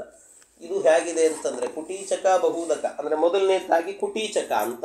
ಕುಟೀಚಕ ಅಂತ ಹೇಳಿದರೆ, ಕುಟೀಚಕ ಸನ್ಯಾಸ ಅಂತ ಹೇಳಿದರೆ ಅವರು ಪುತ್ರ ಮತ್ತು ಶಿಷ್ಯರು ಇವರುಗಳಿಂದಾಗಿ ಒಂದು ಗುಡಿಸಲು ಕಟ್ಟಿಕೊಂಡು ಒಂದೇ ಮನೆಯಲ್ಲಿ ಭಿಕ್ಷಾಟನೆಯನ್ನು ಮಾಡಿ ಬದುಕುವಂಥವರು, ಒಂದೇ ಮನೆಯಲ್ಲಿ ಭಿಕ್ಷಾಟನೆಯನ್ನು ಮಾಡ್ತಾರಂತೆ. ಹಾಗೆ ಬದುಕುವಂಥ ವ್ಯಕ್ತಿ ಏನಿದ್ದಾರಲ್ಲ, ಅಂದರೆ ಪುತ್ರರು ಇರ್ತಾರೆ, ಶಿಷ್ಯರು ಇರ್ತಾರೆ, ಸನ್ಯಾಸಿಗಳೇ ಮತ್ತೆ ಅವರು. ಪುತ್ರ ಇರ್ತಾನೆ, ಶಿಷ್ಯ ಇರ್ತಾನೆ, ಜೊತೆಗೆ ಒಂದು ಗುಡಿಸಲಲ್ಲಿ ಇರ್ತಾರೆ. ಆದರೆ ಎಲ್ಲ ಒಂದೇ ಒಂದು ಮನೆಗೆ ಹೋಗ್ತಾರೆ, ಅವ್ರೇನು ಕೊಡ್ತಾರೆ ಅದು ತೊಗೊಳ್ತಾರೆ ಅಷ್ಟೇ, ಇನ್ನೊಂದು ಮನೆಗೆ ಹೋಗಲ್ಲ. ಆ ರೀತಿ ಬದುಕುವವರು. ಹೀಗೆ ಬದುಕುವಂಥವ್ರು ಏನಿದ್ದಾರಲ್ವ ಅವರನ್ನು ಕುಟೀಚಕ ಸನ್ಯಾಸಿಗಳು ಅಂತ ಕರೀತಾರೆ. ಕುಟೀಚಕ ಇನ್ನೊಂದು ಬಹುದಕ ಸನ್ಯಾಸಿಗಳು ಅಂತಿದ್ದಾರೆ. ಈ ಸನ್ಯಾಸಿಗಳೇನಿದ್ದಾರಲ್ವ ಮೊದಲನೇವರು ಕುಟೀಚಕ ಅಂತ, ಅವರೇನು ಕಾವಿ ಬಟ್ಟೆ ಉಟ್ಕೊಳ್ಬೇಕು ಅಂತಿಲ್ಲ, ಅವರು ಬಿಳಿ ಬಟ್ಟೆಯಲ್ಲೂ ಇರ್ಬೋದು ಬೇಕಾದ್ರೆ, ಹಾಗೂ ಇರ್ತಾರೆ. ಹಾಗೊಂದು ಸನ್ಯಾಸ ಅವರದ್ದು. ಇನ್ನೊಂದೇನು ಅಂತಂದರೆ ಅದು ಬಹುದಕ ಸನ್ಯಾಸ ಅಂತ ಹೇಳ್ತಾರೆ. ಬಹುದಕ ಸನ್ಯಾಸಿಗಳು ಅಂತ ಹೇಳಿದರೆ ಕಾವಿಶಾಟಿ, ಶಿಖ, ಯಜ್ಞೋಪವೀತ, 3 ದಂಡಗಳನ್ನು ಧಾರಣೆ ಮಾಡಿರ್ತಾರೆ. 3 ದಂಡಗಳು, ತ್ರಿದಂಡಿ ಅಂತ ಹೇಳ್ತಾರೆ ಅವರನ್ನು. 3 ದಂಡಗಳನ್ನು ಧಾರಣೆ ಮಾಡಿರ್ತಾರಂತೆ. ಹೀಗಿರುವಂಥವರೇನಿದ್ದಾರಲ್ಲ ಅವರನ್ನು ಬಹುದಕ ಸನ್ಯಾಸಿಗಳು ಅಂತ ಕರೀತಾರೆ. ಬಹುದಕ ಸನ್ಯಾಸಿಗಳು. ಇನ್ನು ಇದಲ್ಲದೇನೆ ಮತ್ತೊಂದೇನು ಅಂದರೆ ಈ ಮತ್ತೊಂದು ಸನ್ಯಾಸ ಎನ್ನುವುದಿದೆ ಅಂತೆ, ಹಂಸ ಅಂತ ಹೇಳ್ತಾರೆ. ಅವರೇನು ಅಂತಂದರೆ ಆ ಸನ್ಯಾಸಿಗಳೇನು ಅಂತ ಹೇಳಿದರೆ ಅವರು 7 ಮನೆಗಳಲ್ಲಿ ಭಿಕ್ಷೆಯನ್ನು ಕೇಳ್ತಾನಂತೆ. 7 ಮನೆಗಳಿಗೆ ಹೋಗ್ತಾನಂತೆ, 7ಕ್ಕಿಂತ ಜಾಸ್ತಿ ಮನೆ ಹೋಗಲ್ಲ. 7 ಮನೆಗಳಲ್ಲಿ ಭಿಕ್ಷೆ ಕೇಳೋದು. ಆಮೇಲೆ ತೀರ್ಥಯಾತ್ರೆಯನ್ನು ಮಾಡ್ತಾನೆ. ಕಾವಿಶಾಟಿ ಇರ್ತದೆ, ಶಿಖೆ ಇರ್ತದಂತೆ, ತಲೆಗೆ ಒಂದು ಶಿಖೆ ಹಾಕ್ಕೊಂಡಿರ್ತಾರೆ. ಆಮೇಲೆ ಯಜ್ಞೋಪವೀತ ಇರುತ್ತದೆ, 3 ದಂಡಗಳನ್ನು ಧಾರಣೆ ಮಾಡಿರ್ತಾರೆ. ಇವರೇನಿದ್ದಾರಲ್ಲ ಇವರನ್ನು ಹಂಸ ಸನ್ಯಾಸಿಗಳು ಅಂತ ಕರೀತಾರಂತೆ. ಹಂಸ ಸನ್ಯಾಸಿಗಳು ಅಂತ ಈ ರೀತಿ ಇರ್ತಾರೆ. ಇನ್ನೊಂದು ಪರಮಹಂಸ ಸನ್ಯಾಸಿಗಳು ಅಂತ ಹೇಳುತ್ತಾರೆ. ಅವ್ರು ಹೇಗೆ ಅಂದರೆ ಕಾವಿಶಾಟಿ, ಶಿಖ, ಯಜ್ಞೋಪವೀತ, ಏಕದಂಡ ಇರ್ತದಂತ ಅವ್ರ ಕೈ, ಒಂದು ದಂಡ, ಒಂದೇ ದಂಡವನ್ನು ಹಿಡ್ಕೊಂಡು ಓಡಾಡುವಂಥವ್ರು. ಇವರನ್ನು ಪರಮಹಂಸ ಸನ್ಯಾಸಿಗಳು ಅಂತ ಕರೀತಾರಂತೆ. ಹೀಗೆ ಆಮೇಲೆ ಇನ್ನೊಂದು ಈ ಪರಮಹಂಸರಲ್ಲೇನೆ ಮತ್ತೊಂದು ಬಂದಿದೆ. ಮತ್ತೊಂದೇನು ಅಂತಂದರೆ ಅದು ಶಿಖಾ, ಯಜ್ಞೋಪವೀತ ಇವನ್ನೆಲ್ಲ ಬಿಟ್ಬಿಡ್ತಾರೆ, ಇವೆಲ್ಲ ಇರಲ್ಲ. ಮತ್ತು ಒಂದೇ ದಂಡ ಹಿಡ್ಕೊಂಡು ಸಂಚಾರ ಮಾಡ್ಕೊಂಡು ಇರ್ತಾರಂತೆ. ಹಾಗಿರುವಂಥ ಸನ್ಯಾಸಿಗಳು ಈಗ ನಾವೆಲ್ಲ ನೋಡ್ತೀವಲ್ಲ, ಅವರೆಲ್ಲ ಪೀಠಾಧಿಪತಿಗಳು. ನಿಜವಾಗ್ಲೂ ಸನ್ಯಾಸಿ ಅಂತ ಹೇಳಿದರೆ ಇವರು ಈಗ ಅಂದರೆ ಸನ್ಯಾಸಿಗಳಂದ್ರೆ ಮಠ ಗಿಟ ಕಟ್ಟಲಿಕ್ಕಿಲ್ಲ. ಮಠ ಅಂತಂದ್ರೆ ಏನು, ಒಂದು ಕಡೆ ಇರಬೇಕು, ಯಾವುದೋ ಒಂದು ಜಾಗವನ್ನು ಇಟ್ಟು. ಮಠ ಅಂದರೆ ಆಸ್ತಿ ಗಿಸ್ತಿ ಮಾಡೋದು ಮಟ್ಟೋದು ಇಂಥದ್ದೆಲ್ಲ ಇರೋದಿಲ್ಲ. ಆಸ್ತಿಗೋಸ್ಕರ ಹೋರಾಟಗಳನ್ನು ಮಾಡೋದು ಹೀಗೆಲ್ಲ ಇರಲ್ಲ. ಆದರೆ ಏನು ಅಂತಂದರೆ ಬಂದದ್ದು ಯಾಕೆ ಅಂತಂದರೆ ಆಚಾರ್ಯ ತತ್ವಜ್ಞಾನವನ್ನು ಪ್ರಚಾರ ಮಾಡಲಿಕ್ಕಷ್ಟೆ, ಅದನ್ನು ಮಾಡ್ಕೊಂಡಿರೋದು. ಹೀಗೆ ಬದುಕುವಂಥ ರೀತಿ, ಅದನ್ನು ಪರಮಹಂಸರು ಅಂತ ಕರೀತಾರೆ ಅವರನ್ನ. ಈಗಿರೋರೆಲ್ಲ ಸಾಮಾನ್ಯವಾಗಿ ಅದೇ ರೀತಿ ಪರಮಹಂಸರು ಅಂತ ಹೇಳೋದು. ಅವರು ಪೀಠಾಧಿಪತಿಗಳೆಲ್ಲರೂ ಕೂಡ ಒಂದು ರೀತಿಯಲ್ಲಿ ಹಾಗೆ ಬಂದಿರುವಂಥ. ಹೀಗೆ 4 ವಿಧವಾದಂಥ ಸನ್ಯಾಸ. ಹೀಗೆಲ್ಲ ಚತುರ್ಮುಖ ಬ್ರಹ್ಮದೇವರು ಇದನ್ನೆಲ್ಲ ಆಶ್ರಮಗಳ ವ್ಯವಸ್ಥೆ ಎನ್ನುವಂಥದ್ದನ್ನು ಕೂಡ ಮಾಡಿದರಂತೆ. ಇಷ್ಟು ವ್ಯವಸ್ಥೆಗಳನ್ನೆಲ್ಲ ಮಾಡಿದ ಮೇಲೆ ಆಮೇಲೆ ಇನ್ನು ಮನುಷ್ಯನ ಸೃಷ್ಟಿಯನ್ನು ಮಾಡಬೇಕು ಅಂತ ಅವರಿಗೆ ಅನ್ನಿಸ್ತು ಬ್ರಹ್ಮದೇವರಿಗೆ. ಈ ಸನಕ ಸನಂದರು ಸೃಷ್ಟಿ ಮಾಡಿರಿ ಅಂದರೆ ಸನ್ಯಾಸ ತಗೊಂಡ್ರು. ರುದ್ರದೇವರು ಸೃಷ್ಟಿ ಮಾಡಿರಿ ಅಂತಂದರೆ ಅವರು ಬರೀ ಭೂತಗಳ ಸೃಷ್ಟಿ ಮಾಡಿದರು, ಅವರು ಬೇಡ ಅನ್ನಿಸ್ತು. ಇನ್ನು ಉಳಿದವರೆಲ್ಲ ಏನಿದ್ದಾರೆ, ಮರೀಚಿ, ಅತ್ರಿ, ಅಂಗಿರಸ, ಫಲಶ್ಚಕ್ರತು, ಇವರೆಲ್ಲರೂ ಕೂಡ ಏನಿದ್ದಾರಲ್ಲ ಅವರಿಂದಲೂ ಸಂತಾನ ಮುಂದುವರಿತದೆ ಮುಂದೆ. ಅದು ಹೇಗೆ ಅಂತ ಮುಂದಿನ ಸ್ಕಂದದಲ್ಲಿ ಹೇಳ್ತಾರೆ ಅದನ್ನು. ಅವರೆಲ್ಲರೂ ಕೂಡ ಯಾರ್ಯಾರನ್ನು ವಿವಾಹ ಮಾಡಿಕೊಂಡ್ರು, ಯಾರ್ಯಾರಲ್ಲಿ ಯಾರ್ಯಾರು ಹುಟ್ಟಿದ್ರು, ಇದೆಲ್ಲ ವಿಷಯ ಬರುತ್ತದೆ. ಅಂತೂ ಇಷ್ಟಾದ ನಂತರ ತಾವೇ ಒಂದು ನಿಶ್ಚಯ ಮಾಡಿಕೊಂಡು ಸಂಕಲ್ಪ ಮಾಡಿಕೊಂಡು ಏನು ಮಾಡಿದರು ಬ್ರಹ್ಮದೇವರು, ತಾವೇ ಒಂದು ಸೃಷ್ಟಿಯನ್ನು ಮುಂದುವರಿಸಬೇಕು ಅಂತ ಹೇಳಿಬಿಟ್ಟು ತಮ್ಮ ದೇಹ ಏನಿದೆ ಅಲ್ವಾ, ಇದ್ದಕ್ಕಿದ್ದಾಗೆ ತಮ್ಮ ದೇಹವನ್ನು ಏನು ಮಾಡಿದ್ರಂತೆ, ದೊಡ್ಡದು ಮಾಡಿಕೊಂಡ್ರಂತೆ. ಹಾಗೆ ಈ ಕಡಲೆಕಾಳು ನೀರಲ್ಲಿ ನೆನೆ ಇಟ್ಟರೆ ಅದು ಉಬ್ಬುತ್ತದಲ್ಲ, ಹಾಗೆ ತಮ್ಮ ದೇಹವನ್ನು ಉಬ್ಬಿಸಿದ್ರಂತೆ. ಆ ಉಬ್ಬಿಸಿದಾಗ ಒಂದು ಬಲಭಾಗದಿಂದ ಒಂದು ಸುಮ್ಮನೆ ಹೀಗೆ ಕಿತ್ತಿದ್ರು, ಒಂದು ಕಿತ್ತಿದ್ರೆ ಒಂದು ದೇಹ ಬಂತಂತೆ ಹೊರಗಡೆ. ಎಡಗಡೆಯಿಂದಲೂ ಒಂದು ಕಿತ್ತಿದ್ರು, ಅಲ್ಲಿಂದ ಒಂದು ದೇಹ ಬಂತು. ಎಡಗಡೆಯಲ್ಲಿ ಬಂದಿರುವಂಥ ದೇಹ ಹೆಣ್ಣಾಯಿತಂತೆ, ಬಲಕ್ಕೆ ಬಂದಂಥ ದೇಹ ಎನ್ನುವಂಥದ್ದು ಗಂಡಾಯಿತಂತೆ. ಹೀಗೆ ಬಂದ ಕೂಡಲೇ ಅವ್ರಿಗೆ ವಿವಾಹ ಆಗೋಗಿತ್ತು. ಅವ್ರಿಗೆ ವಿವಾಹ ಅಂದರೆ ಆ ಬಲಭಾಗದಲ್ಲಿ ಬಂದಂಥ ಏನು ದೇಹ ಇದೆಯಲ್ಲ ಅದಕ್ಕೇನೆ ಸ್ವಯಂಭುವ ಮನು ಅಂತ ಹೆಸರಂತೆ. ಎಡಭಾಗದಲ್ಲಿ ಇದ್ದಂತಹ ಹೆಣ್ಣಿನ ದೇಹ ಏನಿದೆ ಅದಕ್ಕೆ ಶತರೂಪಾದೇವಿ ಅಂತ ಹೆಸರಂತೆ. ಇವರಿಬ್ಬರು ಏನು ಅಂತ ಹೇಳಿದರೆ ಸ್ವಯಂಭುವ ಮನುಗಳು ಅಂದರೆ ಸತ್ಯಕ್ಕೆ ಅಭಿಮಾನಿಗಳವರು ಅಂತ ಅರ್ಥ. ಇನ್ನು ಶತರೂಪಾದೇವಿ ಅಂದರೆ ಅಂತರಂಗದ ದೀಕ್ಷೆ ಇದೆಯಲ್ವ, ಅಂತರಂಗ ದೀಕ್ಷೆ, ಅದಕ್ಕೆ ಅಭಿಮಾನಿಗಳಂತೆ ಆ ಶತರೂಪಾದೇವಿಯರು. ಹೀಗೆ ಇಬ್ಬರನ್ನು ಕೂಡ ಸೃಷ್ಟಿಯನ್ನು ಮಾಡಿದ್ರಂತೆ. ಈ ರೀತಿ ಸೃಷ್ಟಿಯನ್ನು ಮಾಡಿ ಅಹೋ ಅದ್ಭುತಮೇ ತನ್ಮೇ ವ್ಯಾಪೃತಸ್ಯಾಪಿ ನಿತ್ಯದ ನಕ್ಕೇದಂತೆ ಪ್ರಜಾನೂನಂ ದೈವಮತ್ರ ವಿಘಾತಕಂ. ಏನು ಅತ್ಯಂತ ಆಶ್ಚರ್ಯ ಇದು ಅಂತ ಹೇಳಿಬಿಟ್ಟು ಬಹಳ ಖುಷಿ ಆಯಿತು. ಇವರಿಬ್ಬರನ್ನು ಸೃಷ್ಟಿ ಮಾಡಿ ಮದುವೆ ಮಾಡೋದು ಅಂತ ಇವರಿಬ್ಬರಿಗೆ ಮದುವೆ ಮಾಡಿದರು. ಮದುವೆ ಆಯಿತು. ಇಬ್ಬರದಾದ ನಂತರ ಬ್ರಹ್ಮದೇವರು ಹೇಳಿದ್ರಂತೆ ಮಗನಿಗೆ, ಸ್ವಯಂಭವ ಮನುವಿಗೆ, ನೋಡು ನಿನ್ನನ್ನು ಸೃಷ್ಟಿ ಮಾಡಿದ್ಯಾಕೆ ಅಂದರೆ ನೀನು ಮುಂದೆ ಸಂತಾನವನ್ನು ಮುಂದುವರಿಸ್ಕೊಂಡು ಹೋಗಬೇಕು, ಅದರಿಂದಾಗಿ ಪ್ರಜಾಪತಿ ಆಗಬೇಕು ನೀನು, ಸಂತಾನ ಎನ್ನುವುದು ಮುಂದುವರಿತಾ ಹೋಗಲಿ ಅಂತ ಅವನಿಗೊಂದು ಆಶೀರ್ವಾದ ಮಾಡಿದ್ರಂತೆ. ಆಯಿತು ಅಂತ ಹೇಳಿ ಅವರು ಕೂಡ ಒಪ್ಪಿಕೊಂಡ್ರು. ಒಪ್ಪಿಕೊಂಡಾದ ನಂತರ ಸೃಷ್ಟಿಯನ್ನು ಮಾಡಬೇಕು. ಸೃಷ್ಟಿ ಮಾಡಬೇಕಾದ್ರೆ ಆಗ ಅವರಿಗೆ ಮಕ್ಕಳು ಆದರಂತೆ, ಮುಂದಾಗ್ತಾರೆ ಮಕ್ಕಳು. ಅದು ಸೃಷ್ಟಿ ಇನ್ನೂ ಆರಂಭ ಆಗಿಲ್ಲ ಅವರದ್ದು. 5 ಜನ ಮಕ್ಕಳು ಹುಡ್ತಾರೆ ಅಂತ ಹೇಳ್ತಾರೆ. ಆಕೂತಿ ದೇವಹೂತಿಶ್ಚ ಪ್ರಸೂತಿರಿತಿ ಸತ್ತಮ ಆಕೂತಿಂ ರುಚಯೇ ಪ್ರಾದಾತ್ ಕರ್ದಮಾಯತು ಮಧ್ಯಮಾಂ.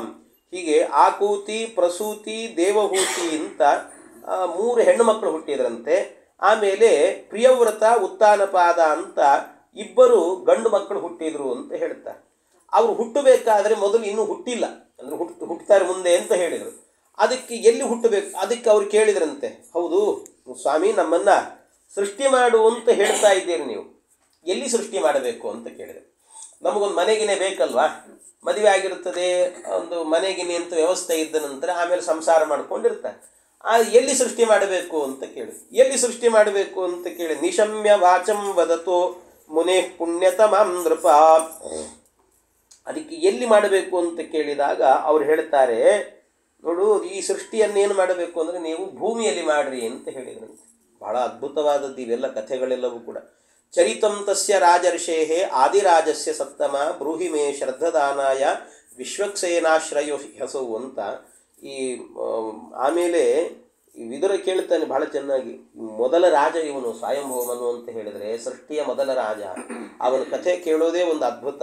ಆದ್ದರಿಂದ ಶ್ರದ್ಧೆಯಿಂದ ಕೇಳ್ತೇನೆ ನಾನು, ಹೇಳ್ರಿ ಭಗವಂತನಲ್ಲಿ ನಾನು ಭಕ್ತಿ ಇಟ್ಟಿದ್ದೇನೆ ಅಂತ ಕೇಳಿಕೊಂಡು ಹೇಳ್ತಾರೆ. ಆಗ ಭೂಮಿಯಲ್ಲಿ ಸೃಷ್ಟಿ ಮಾಡು ಅಂತ ಹೇಳಿದ್ರಲ್ವ, ಭೂಮಿಯಲ್ಲಿ ಸೃಷ್ಟಿ ಮಾಡು ಅಂದಾಗ ಆಯಿತು ಅಂತ ಹೇಳಿ ಭೂಮಿಯನ್ನು ಹುಡುಕಿದ್ರಂತೆ. ಭೂಮಿ ಸಿಗ್ತಾ ಇಲ್ಲ. ಭೂಮಿ ಏನಾಗಿದೆ ಅಂತ ಹೇಳಿದರೆ ಅದು ಸಮುದ್ರದ ಒಳಗಡೆ ಮುಳುಗ್ತಾ ಇದೆ, ಘನೋದಕ ಸಮುದ್ರದ ಒಳಗೆ ಮುಳುಗ್ತಾ ಇದೆ. ಘನೋದಕ ಸಮುದ್ರದ ಒಳಗೆ ಮುಳುಗ್ತಾ ಇರುವಾಗ ಅದನ್ನು ನೋಡಿ ಸ್ವಾಮಿ ಭೂಮಿ ಎಲ್ಲ ಮುಳುಗಿ ಹೋಗ್ತಾ ಇದೆ, ನಾವೆಲ್ಲಿ ಸೃಷ್ಟಿ ಮಾಡಬೇಕು ಅಂತ ಬ್ರಹ್ಮದೇವರಿಗೆ ಹೇಳಿದರೆ ಬ್ರಹ್ಮದೇವರು ನೋಡ್ತಾರೆ. ಬ್ರಹ್ಮದೇವರು ನೋಡಿ ಅಯ್ಯೋ ದೇವರು ಏನಿದೆ ಹೀಗಾಯ್ತಲ್ಲ ಅಂತ ಕೂಡಲೇ ಏನು ಮಾಡಿದರು, ಪ್ರೀತಸ್ತುಭ್ಯಮಹಂ ತಾತ ಸ್ವಸ್ತಿ ಸ್ಯಾದ್ವಾಂಕ್ಷಿತೀಶ್ವರ ಯನ್ನಿರ್ಗಳೀಕೇನ ಕೃದ ಶಾದಿಮೇತ್ಯಾತ್ಮನಾರ್ಪಿತಂ. ಬ್ರಹ್ಮದೇವರು ನಿಮಗೆ ಒಳ್ಳೇದಾಗಲಿ ಸೃಷ್ಟಿ ಮಾಡ್ರಿ ಅಂತೆಲ್ಲ ಹೇಳಿ ಇಷ್ಟಾದ ನಂತರ ಭೂಮಿ ಸಿಗ್ತಾ ಇಲ್ಲ. ಸಿಗದೇ ಇದ್ದದ್ದಕ್ಕೆ ನೋಡಿ ಏನು ಮಾಡಿದ್ರಂತೆ, ಚತುರ್ಮುಖ ಬ್ರಹ್ಮದೇವರು ಒಂದು ಸರ್ತಿ ಧ್ಯಾನ ಮಾಡಿದ್ರಂತೆ. ಪರಮಾತ್ಮನನ್ನು ಧ್ಯಾನ ಮಾಡ್ತಾ ಇದ್ದಾರೆ. ಎಲ್ಲಿ ಹೋಯ್ತಲ್ಲಪ್ಪ ಇದು ಭೂಮಿ, ಭೂಮಿ ಯಾಕೆ ಈ ರೀತಿ ಮುಳುಗ್ತಾ ಇದೆಯಲ್ಲ ಅಂತ ಬ್ರಹ್ಮದೇವರು ಪೀತಮ್ಮಯ ಜಲಂ ಸರ್ವಂ ಪೃಥಿವೀ ಚ ನಿವೇಶಿತ, ನಾನೇ ಎಲ್ಲ ನೀರನ್ನು ಕುಡಿದು ಪೃಥ್ವಿ ಒಂದಷ್ಟು ಜಾಗದಲ್ಲಿ ಇರಲಿ ಅಂತ ನಿಲ್ಲಿಸಿದ್ದೆ, ಆದರೂ ಇದು ಹೇಗಪ್ಪ ಕೆಳಗೆ ಹೋಯಿತು ಅಂತ ಇತ್ಯಭಿಧ್ಯಾಯತೋ ನಾಸ ವಿವರಾತ್ ಸಹಸಾನಗ. ಈ ರೀತಿಯಲ್ಲಿ ಧ್ಯಾನ ಮಾಡ್ತಾ ಇರುವಾಗ ಒಂದು ಸರ್ತಿ ಭಗವಂತ ನೀನೇ ರಕ್ಷಣೆ ಮಾಡಬೇಕು ಅಂತ ಒಂದು ಧ್ಯಾನ ಮಾಡಿದ್ರಂತೆ. ಆ ಧ್ಯಾನವನ್ನು ಮಾಡ್ತಾ ಇದ್ದಂತೆ ಏನಾಯ್ತಂತೆ, ನಾಸಾ ವಿವರಾತ್, ಈ ಮೂಗಿರುತ್ತದಲ್ಲ, ಮೂಗಿನ ಒಂದು ಹೊರಳೆಯಿಂದ ಏನಾಯ್ತಂತೆ, ಇದ್ದಕ್ಕಿದ್ದಾಗೆ ಒಂದು ಸಣ್ಣ ಹಂದಿ ಮರಿ ಕೆಳಗೆ ಬಿತ್ತಂತೆ. ಸಣ್ಣ ಹಂದಿ ಮರಿ ಕೆಳಗೆ ಬಿತ್ತು. ಅದು ಬಿದ್ದ ಕೂಡಲೇ ನೋಡಿದ್ರಂತೆ ಒಂದು ಸರ್ತಿ, ನೋಡ್ತಾ ಇದ್ದಂತೆ ಗಜಮಾತ್ರ ಪ್ರಭೃತೆ ತದದ್ಭುತಮಭೂನ್ಮಹತ್, ಅದು ಒಳ್ಳೆಯ ಆನೆ ಗಾತ್ರಕ್ಕೆ ಬೆಳೆದು ನಿಂತ್ಕೊಂಡ್ಬಿಡ್ತಂತೆ, ದೊಡ್ಡದಾಗಿ ಬೆಳೀತಂತೆ ಆ ಹಂದಿ ಮರಿ ಅನ್ನೋದು. ಆ ಹಾಗೆ ಬಂದಂಥ ಏನು ರೂಪ ಇದೆಯಲ್ಲ ಭಗವಂತನದ್ದು, ಅದೇ ವರಾಹಾವತಾರ ಅಂತ ಕರೀತಾರೆ. ಹೀಗೆ ವರಾಹನಾಗಿ ಭಗವಂತ ಪ್ರಕಟನಾದ. ವರಾಹನಾಗಿ ಭಗವಂತ ಪ್ರಕಟನಾಗ್ತಾ ಇದ್ದಂತೇನೆ ದೇವರನ್ನು ಪ್ರಾರ್ಥನೆ ಮಾಡಿದಂತೆ, ಸ್ವಾಮಿ ಈ ಭೂಮಿಯನ್ನು ಮೇಲಕ್ಕೆತ್ತಿ ಉದ್ಧಾರ ಮಾಡು ನೀನು ಅಂತ ದೇವರನ್ನು ಪ್ರಾರ್ಥನೆ ಮಾಡಿದಾಗ ಆಯಿತು ಅಂತ ಪರಮಾತ್ಮ ಏನು ಮಾಡಿದಂತೆ, ಸ್ವದಂಷ್ಟ್ರಯೋಧೃತ್ಯ ಮಹಿಂ ವಿಲಗ್ನಾಂ ಸವುತ್ತಿತ ಸಂರುಹೇ ರಸಾಯ ತತ್ರಾಪಿ ದೈತ್ಯಂ ಗದಯಾಪತಂತಂ ಸುನಾಭ ಸಂದೀಪಿತ ತೀವ್ರಮನ್ಯು ಅಂತ. ಭಗವಂತ ಭೂಮಿಯನ್ನು ಮೇಲಕ್ಕೆ ಎತ್ತಬೇಕು ಅಂತ ಒಳಗೆ ಇದ್ದಂಥ ಭೂಮಿಯನ್ನು ತನ್ನ ಕೋರೆ ಹಲ್ಲುಗಳನ್ನು ಹಾಕಿ ಅದರ ಮೇಲೆ ಬ್ಯಾಲೆನ್ಸ್ ಮಾಡಿಕೊಂಡು ಆ ಭೂಮಿಯನ್ನು ಮೇಲಕ್ಕೆ ಎತ್ಕೊಂಡು ಬರ್ತಾ ಇದ್ದಂತೆ.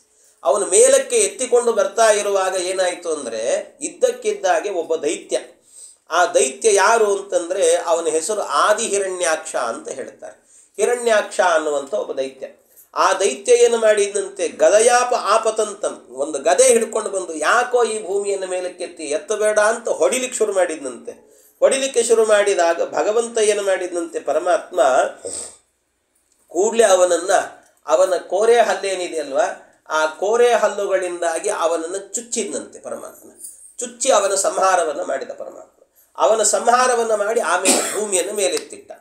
ಅಲ್ಲ ಇದೇನು ಕಥೆ ಇದು, ಸುಮ್ಮನೆ ಸಂಕ್ಷೇಪವಾಗಿ ಹಿರಣ್ಯಾಕ್ಷನ ಕಥೆ ಹೇಳಿಬಿಟ್ರಲ್ಲ ನೀವು.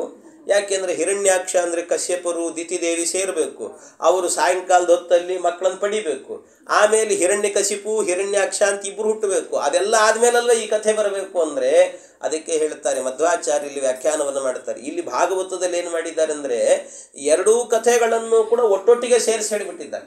ಇಷ್ಟಾಗತ್ತಲ್ವ, ಈಗ ಹಿರಣ್ಯಾಕ್ಷನ ಸಂಹಾರ ಆಯಿತು ಅಂತ ಹೇಳಿದ್ರು. ಇಲ್ಲಿ ಇಷ್ಟು ಹೇಳಿದ ಕೂಡಲೇ ಮುಂದೆ ಪರೀಕ್ಷಿತು ಮತ್ತೆ ಪ್ರಶ್ನೆ ಮಾಡ್ತಾನೆ ಇಲ್ಲೇ, ಸ್ವಾಮಿ ಆ ಹಿರಣ್ಯಾಕ್ಷನನ್ನು ಸಂಹಾರ ಮಾಡಿದಂಥ ವರಾಹಾವತಾರದ ಕಥೆ ಇದೆಯಲ್ಲ ಅದನ್ನು ಹೇಳ್ರಿ ಅಂತ ಮತ್ತೆ ಕೇಳ್ತಾನೆ ಅವನು. ಈಗ ಹೇಳಿದ್ದೆ ಅದನ್ನು, ಹಿರಣ್ಯಾಕ್ಷ ವರಾಹ ರೂಪಿ ಭಗವಂತ ವರಾಹ ರೂಪದಿಂದ ಬಂದು ಹಿರಣ್ಯಾಕ್ಷನ ಸಂಹಾರ ಮಾಡಿದ ಕೋರೆ ಹಲ್ಲಿಂದ ಚುಚ್ಚಿ ಅಂತ ಹೇಳಿದ. ಇದು ಹೇಳಿದ ಮೇಲೆ ಮತ್ತೆ ಕೇಳ್ತಾನೆ ಅವನು ಕಥೆಯನ್ನು, ಸ್ವಾಮಿ ಹಿರಣ್ಯಾಕ್ಷನ ಸಂಹಾರ ಮಾಡಿದಂಥ ಕಥೆ ಹೇಳ್ರಿ ನನಗೆ ಅಂತ ಕೇಳ್ತಾನೆ. ಆಯಿತು ಅಂತ ಇವರು ಕೂಡ ಮುಂದುವರ್ಸ್ಕೊಂಡು ಹೋಗಿಬಿಡ್ತಾರೆ, ಶುಕಾಚಾರ್ಯರು ಕೂಡ ಕಥೆ. ಯಾಕಿದು ಎರಡೆರಡು ಸರ್ತಿ ಹೇಳಿದ್ದಾರಲ್ಲ ಅಂತ ಅನಿಸುತ್ತೆ ಕಥೆ ನೋಡಬೇಕಾದ್ರೆ ಮೇಲ್ನೋಟಕ್ಕೆ. ಇದಕ್ಕೆ ಮಧ್ವಾಚಾರ್ಯರು ವ್ಯಾಖ್ಯಾನ ಮಾಡ್ತಾರೆ. ಏನು ಅಭಿಪ್ರಾಯ ಅಂತ ಹೇಳಿದರೆ, ಮೊದಲನೇ ಬಾರಿ ಏನು ಭಗವಂತ ವರಾಹಾವತಾರದಿಂದ ಬಂದಾನಲ್ಲ ಪರಮಾತ್ಮ, ಆ ವರಾಹಾವತಾರದಿಂದ ಬಂದಿರುವಂತಹದ್ದು ಭಗವಂತ ಹೇಗೆ ಅಂತಂದರೆ, ಅದು ವರಾಹಾವತಾರ ಇದೆಯಲ್ಲ, ಆ ವರಾಹಾವತಾರಕ್ಕೆ ಶ್ವೇತವರಾಹ ಅಂತ ಹೆಸರು, ಅಥವಾ ಆದಿವರಾಹ ಅಂತ ಹೆಸರು. ಇದು ಯಾವಾಗ ಅಂದರೆ ಸ್ವಯಂಭೂ ಮನ್ವಂತರದಲ್ಲೇ, ಅಂದರೆ ಇನ್ನು ಸ್ವಯಂಭೂ ಮನ್ವಂತರ ಆರಂಭ ಆಗಿಲ್ಲ, ಆಗಲೇನೆ ಸ್ವಯಂಭೂ ಮನ್ವಂತರ ಭೂಮಿಗೆ ಅವನು ಬಂದು ಆಮೇಲೆ ಸೃಷ್ಟಿ ಮಾಡಬೇಕಾದ್ರೆ ಆರಂಭ. ಅಂತೂ ಆ ಸ್ವಯಂಭೂ ಮನ್ವಂತರ ಆರಂಭ ಆಗೋಕ್ಕಿಂತ ಮೊದಲೇ ಮಾಡಿದ ಭಗವಂತನ ಅವತಾರ ಇದೆಲ್ಲ, ಅದಕ್ಕೆ ಶ್ವೇತವರಾಹ ಅಂತ ಕರೀತಾರೆ. ಆ ಕಲ್ಪವೇ ಈಗ ನಡೀತಾ ಇರೋದು ಇನ್ನೂ ಕೂಡ, ಆ ಕಲ್ಪವೇ. ಹಾಗಾಗಿ ನಾವು ಹೇಳಬೇಕಾದ್ರೆ ಶ್ರೀ ಶ್ವೇತವರಾಹ ಕಲ್ಪೆ ಅಂತ ಹೇಳಿಕೊಡ್ತೇವೆ. ಹಾಗೆ ಆ ವರಾಹ ರೂಪದಿಂದ ಭಗವಂತ ಬಂದದ್ದು. ಆ ವರಾಹ ರೂಪದಿಂದ ಬರುವಾಗ ಹಿರಣ್ಯಾಕ್ಷ ಅನ್ನೋ ದೈತ್ಯ ಎಲ್ಲಿಂದ ಬಂದ ಅಂದರೆ, ಚತುರ್ಮುಖ ಬ್ರಹ್ಮದೇವರು ಎಲ್ಲರನ್ನು ಸೃಷ್ಟಿ ಮಾಡಿದ್ರಲ್ವಾ, ಒಬ್ಬೊಬ್ಬರನ್ನ ತೊಡೆಯಿಂದ ನಾರದರನ್ನು ಸೃಷ್ಟಿ ಮಾಡಿದರು, ಒಬ್ಬೊಬ್ಬರನ್ನ ಒಂದೊಂದು ರೀತಿ ಸೃಷ್ಟಿ ಮಾಡಿದ್ರಲ್ಲ. ಆಗ ಚತುರ್ಮುಖ ಬ್ರಹ್ಮದೇವರು ತಮ್ಮ ಬೆನ್ನಿನ ಭಾಗದಿಂದ ಅಧರ್ಮವನ್ನು ಸೃಷ್ಟಿ ಮಾಡಿದ್ರಂತೆ. ಬೆನ್ನಿನಿಂದ ಅಧರ್ಮವನ್ನು ಸೃಷ್ಟಿ ಮಾಡುವಾಗ ಆ ಅಧರ್ಮದ ಜೊತೆಗೆ ಹುಟ್ಟಿದ ಅಯೋಗ್ಯ ಯಾರು ಅಂದರೆ ಈ ಹಿರಣ್ಯಾಕ್ಷ ಅಂತ. ಅವನಿಗೆ ದೈತ್ಯ ಹಿರಣ್ಯಾಕ್ಷ ಅಂದರೆ ದಿತಿದೇವಿಯ ಮಗ ಹಿರಣ್ಯಾಕ್ಷ ಅಲ್ಲ ಅವನು, ಮತ್ಯಾರು ಅಂತಂದರೆ ಅವನಿಗೆ ಆದಿ ಹಿರಣ್ಯಾಕ್ಷ ಅಂತಲೇ ಹೆಸರು, ಅವನಿಗೆ ಆದಿ ಹಿರಣ್ಯಾಕ್ಷ ಅಂತ. ಆ ಹಿರಣ್ಯಾಕ್ಷ ಬೇರೆ ಇದ್ದಾನೆ, ಇಬ್ಬರು ಹಿರಣ್ಯಾಕ್ಷರಿದ್ದಾರೆ. ಇವನು ಅದೇ ರೀತಿ ಹೆಸರಿಟ್ಟುಕೊಂಡಿದ್ದ ಅಯೋಗ್ಯ. ಆದ್ದರಿಂದಾಗಿ ಈ ಹಿರಣ್ಯಾಕ್ಷನನ್ನು ಸಂಹಾರ ಮಾಡಿದ್ದು ಭಗವಂತ ತನ್ನ ಕೋರೆ ಹಲ್ಲಿನಿಂದಾಗಿ ಸಂಹಾರವನ್ನು ಮಾಡಿ ಪರಮಾತ್ಮ ಆಗ ಭೂಮಿಯನ್ನು ಮೇಲಕ್ಕೆ ಎತ್ತಿಟ್ಟಂತೆ. ಆಗ ದೇವತೆಗಳೆಲ್ಲರೂ ಕೂಡ ಭಗವಂತನನ್ನು ನೋಡಿ ಸ್ತೋತ್ರ ಮಾಡಿದ್ರಂತೆ, ದೇವರು ಏನು ಅದ್ಭುತವೋ ನೀನು ಈ ಭೂಮಿಯನ್ನು ಎತ್ತಿಟ್ಟದರಿಂದಾಗಿ ಇಲ್ಲಿ ಮನುಷ್ಯರೆಲ್ಲ ಹುಟ್ಟುತ್ತಾರೆ, ಯಜ್ಞ ಯಾಗಾದಿಗಳು ನಡೀತದೆ, ಅದರಿಂದ ನಮಗೆಲ್ಲ ಆಹುತಿಯನ್ನು ಕೊಡ್ತಾರೆ, ಎಂಥ ವ್ಯವಸ್ಥೆಯನ್ನು ಮಾಡಿಕೊಟ್ಟೆಲ್ಲ ಪರಮಾತ್ಮ ಅಂತ. ಜಿತಂ ಜಿತಂತೆ ಜಿತ ಯಜ್ಞ ಭಾವನ ತ್ರಯೀತನುಂ ಸ್ವಾಂ ಪರಿದುನ್ವತೆ ನಮಃ ಯಲ್ಲೋಮಗರ್ತೇಷು ನಿಲಲ್ಯುರಬ್ದಯಃ ತಸ್ಮೈ ನಮಃ ಕಾರಣ ಸೂಕರಾಯತೆ. ಎಂಥ ಅದ್ಭುತ! ಯಾರಿಗೂ ಕೂಡ ಸೋಲದಂಥ ಪ್ರಭು ನೀನು. ಜಿತಂ ಜಿತಂತೆ ಜಿತ ಯಜ್ಞ ಭಾವನ ಪರಮಾತ್ಮ ನೀನು ಗೆದ್ದೆ ಅಷ್ಟೇ ಅಲ್ಲ, ಅದರ ಜೊತೆಗೆ ಯಾಗಕ್ಕೆ ಬೇಕಾಗಿರುವಂತಹ ಅನೇಕ ವಸ್ತುಗಳನ್ನು ನಿರ್ಮಾಣ ಮಾಡಿದಂತೆ ಪರಮಾತ್ಮ. ಈ ವರಾಹ ರೂಪದಿಂದಲೇ ಯಜ್ಞ ಮಾಡ್ತೀವಲ್ಲ, ಆ ಯಜ್ಞಕ್ಕೆ ಏನೇನು ಬೇಕು ಆ ಸಲಕರಣೆಗಳನ್ನೆಲ್ಲ ಪರಮಾತ್ಮ ಸೃಷ್ಟಿ ಮಾಡಿದ. ಅದಕ್ಕೆ ಆ ವರಾಹ ರೂಪಕ್ಕೆ ಬರೀ ವರಾಹ ಅನ್ನಲ್ಲ, ಯಜ್ಞವರಾಹ ಅಂತ ಕರೀತಾರೆ. ಯಾಕೆ ಅಂದರೆ ಯಜ್ಞಕ್ಕೆ ಬೇಕಾದಂಥ ಪರಿಕರಗಳನ್ನು ಸೃಷ್ಟಿ ಮಾಡಿದಂತೆ ದೇವರು. ಏನೆಲ್ಲ ಸೃಷ್ಟಿ ಮಾಡಿದ ಅಂದರೆ, ಸೃಕ್ತುಂಡ ಆಸೀತ್ ಸ್ರುವಯೀಶನಾಸಯೋ ಇಡೋದರೆ ಚಮಸ ಕರ್ಣರಂಧ್ರೆ. ಬಾಯಿಯಲ್ಲಿ ಆಗಬೇಕಾದ್ರೆ ಸೃಕ್ಕನ್ನು ಸೃಷ್ಟಿ ಮಾಡಿದಂತೆ, ಮೂಗಿನಿಂದ ಸ್ರುವವನ್ನು ಸೃಷ್ಟಿ ಮಾಡಿದಂತೆ ಭಗವಂತ. ಏನಿದು ಸೃಕ್ಕು ಸ್ರುವ ಅಂದರೆ ಏನು ಅಂತ ಅರ್ಥ ಆಗಲ್ಲ. ನೀವು ಸಾಮಾನ್ಯವಾಗಿ ಮನೆಗಳಲ್ಲಿ ಆದರೂ ಹೋಮ ಮಾಡಿಸಿದರೆ, ಯಾವತ್ತಾದರೂ ಈ ಹೋಮ ಮಾಡುವಾಗ ಇವರು ಪುರೋಹಿತರು ಏನು ಮಾಡ್ತಾರೆ ಅಂದರೆ, ತುಪ್ಪ ಹಾಕಲಿಕ್ಕೆ ಅಂತ 2 ಸ್ಪೂನ್ ಇಟ್ಕೊಂಡಿರ್ತಾರೆ. ನೀವು ನೋಡ್ರಿ, ಅದು 2 ಸ್ಪೂನ್ ಅಂತ ನಿಮ್ಗೆ ಅರ್ಥ ಆಗ್ಲಿಕ್ಕೆ ಹೇಳಿದ್ದಷ್ಟೇ. ಅದ್ರ ಹೆಸರು ಏನು ಅಂದರೆ, ಒಂದು ಎಲೆ ಆಕಾರದಲ್ಲಿರ್ತದೆ, ಇನ್ನೊಂದು ಚೌಕಾಕಾರದಲ್ಲಿ ಇರ್ತದೆ. ಆ ಎಲೆ ಆಕಾರದಲ್ಲಿ ಒಂದೊಂದು ಇದೆ ಅಲ್ವಾ, ಅದನ್ನೇ ಎರಡನ್ನು ಕೂಡ ಒಂದಕ್ಕೆ ಸುರುಕು ಅಂತ ಹೆಸರು, ಇನ್ನೊಂದಕ್ಕೆ ಸುರುವ ಅಂತ ಹೆಸರು. ಅದು ಯಜ್ಞಕ್ಕೆ ಬೇಕಾದಂಥ ಸಲಕರಣೆಗಳು. ಅಂಥದ್ದನ್ನು ಸುರುಕು ಮತ್ತು ಸ್ರುವಗಳನ್ನು ಬಾಯಿ ಮತ್ತು ಮೂಗಿನಿಂದ ಸೃಷ್ಟಿ ಮಾಡಿದ್ರಂತೆ. ಆಮೇಲೆ ತಮ್ಮ ಹೊಟ್ಟೆಯಿಂದ ಇಡ ಅನ್ನುವಂಥ ಒಂದು ಪಾತ್ರೆ, ಅಂದರೆ ಈ ಯಜ್ಞಶೇಷ ಇರ್ತದೆ ಒಂದು. ಈ ನೀವು ಅಂದರೆ ಹೋಮ ಸರಿಯಾಗಿ ಮಾಡುವವರು ಅಂದರೆ ಪುರೋಹಿತರು ಏನು ಮಾಡುತ್ತಾರೆ, ಈ ಹೋಮ ಮಾಡಬೇಕಾದ್ರೆ ಮುಂದೆ ಒಂದು ತುಪ್ಪದ ಪಾತ್ರೆ ಇಟ್ಕೊಂಡಿರ್ತಾರೆ. ಆ ತುಪ್ಪದ ಪಾತ್ರೆ ಏನಿರುತ್ತೆ, ಆ ತುಪ್ಪದ ಪಾತ್ರೆಯಿಂದ ಹೀಗೆ ತೆಗೆದುಕೊಂಡು ಏನು ಮಂತ್ರ ಹೇಳ್ತಾರೋ ಅಂದರೆ ಕೇಶವಾಯ ಸ್ವಾಹ ಅಂತ ಹೇಳಿದ್ರು ಅಂತ ಇಟ್ಟುಕೊಳ್ಳಿ. ಆ ತುಪ್ಪವನ್ನು ಹಾಕಿದ ಕೂಡಲೇ ಏನು ಮಾಡ್ತಾರೆ ಅಂದರೆ, ಈ ಕೆಳಗಡೆಯಲ್ಲಿ ಒಂದು ಸಣ್ಣ ಬಟ್ಲಿಟ್ಕೊಂಡಿರ್ತಾರೆ. ಆ ಬಟ್ಲಲ್ಲಿ ಏನು ಮಾಡ್ತಾರೆ ಅಂದರೆ, ಆ ಬಗ್ಗಿಸಿದ ನಂತರ ಏನು ಅದರಲ್ಲಿ ಒಂದು ಹನಿ ಇರ್ತದಲ್ಲ, ಅದನ್ನು ಹೀಗೆ ಬಿಡ್ತಾರೆ, ಅದರಲ್ಲಿ ಹೀಗೆ ಬಿಡ್ತಾರೆ. ಆ ಹನಿ ಎಷ್ಟೋ ಆಹುತಿಗಳನ್ನು ಕೊಟ್ಟು ಕೊಟ್ಟು ಕೊಟ್ಟು ಕೊಟ್ಟು ಆ ಹನಿ ಹನಿ ಹನಿ ಹನಿ ಬೀಳ್ತದಲ್ವ, ಅದು ಬಿದ್ದ ನಂತರ ಆ ಪಾತ್ರೆಯಲ್ಲೇನೆ ಒಂದಷ್ಟು ತುಪ್ಪ ಉಳಿದಿರ್ತದೆ. ಅದು ಬಿದ್ದು ಅದು ಪ್ರಸಾದ ಅಂತ ಅರ್ಥ. ಅದು ಯಜ್ಞದ ಶೇಷ. ಆ ಯಜ್ಞಶೇಷವನ್ನು ಪುರೋಹಿತರು ಏನು ಮಾಡ್ತಾರೆ ಅಂತಂದರೆ, ಯಾರು ಯಜಮಾನರು ಮಾಡಿಸಿರ್ತಾರೋ ಅವರಿಗೇನೆ ಅದನ್ನು ಕೊಡ್ತಾರೆ. ನೀವು ತಿನ್ನಿ, ಊಟಕ್ಕೆ ಹಾಕ್ಕೊಂಡು ಊಟ ಮಾಡಿರಿ ಇದನ್ನು ಅಂತ ಕೊಡ್ತಾರೆ. ಹಾಗೆ ಬಂದಿರುವಂಥ ಇದೆ. ಆ ಪಾತ್ರೆ ಇದೆ ಅಲ್ವಾ, ಆ ಪಾತ್ರೆಗೆ ಹೆಸರೇನು ಅಂದರೆ ಇಡಾ ಪಾತ್ರೆ ಅಂತ ಹೇಳ್ತಾರೆ. ಯಜ್ಞಶೇಷವನ್ನು ಭಕ್ಷಣ ಮಾಡುವಂಥ ಪಾತ್ರೆ ಅಂತ. ಇನ್ನು ಇದಲ್ಲದೇನೆ ಕಿವಿಗಳಿಂದ ಏನು ಮಾಡಿದಂತೆ ಚಮಸವನ್ನು ಸೃಷ್ಟಿ ಮಾಡಿದ ಪರಮಾತ್ಮ. ಚಮಸ ಅಂದರೆ ಈ ಸೋಮರಸ ಅಂತ ಒಂದು ಸೋಮ ಯಾಗ ಮಾಡ್ತಾರೆ. ಸೋಮ ಅನ್ನುವಂಥ ಒಂದು ರಸವನ್ನು ಹಿಂಡುತ್ತಾರೆ. ಆ ಹಿಂಡಿದಂಥ ರಸ ಒಂದು ಪಾತ್ರೆಯಲ್ಲಿ ಇರ್ತದೆ, ಅದನ್ನು ಕುಡಿಯುವ ಪಾತ್ರೆ ಇದೆ ಅಲ್ವಾ, ಅದನ್ನು ಇದು ಚಮಸ ಅಂತ ಕರೀತಾರೆ. ಇನ್ನು ಮುಖದಲ್ಲೇನೆ ಪ್ರಾಶ್ರಿತ್ರ ಅಂತ ಇನ್ನೊಂದನ್ನು ಸೃಷ್ಟಿ ಮಾಡಿದ್ರಂತೆ. ಅದೊಂದು ಪಾತ್ರೆ.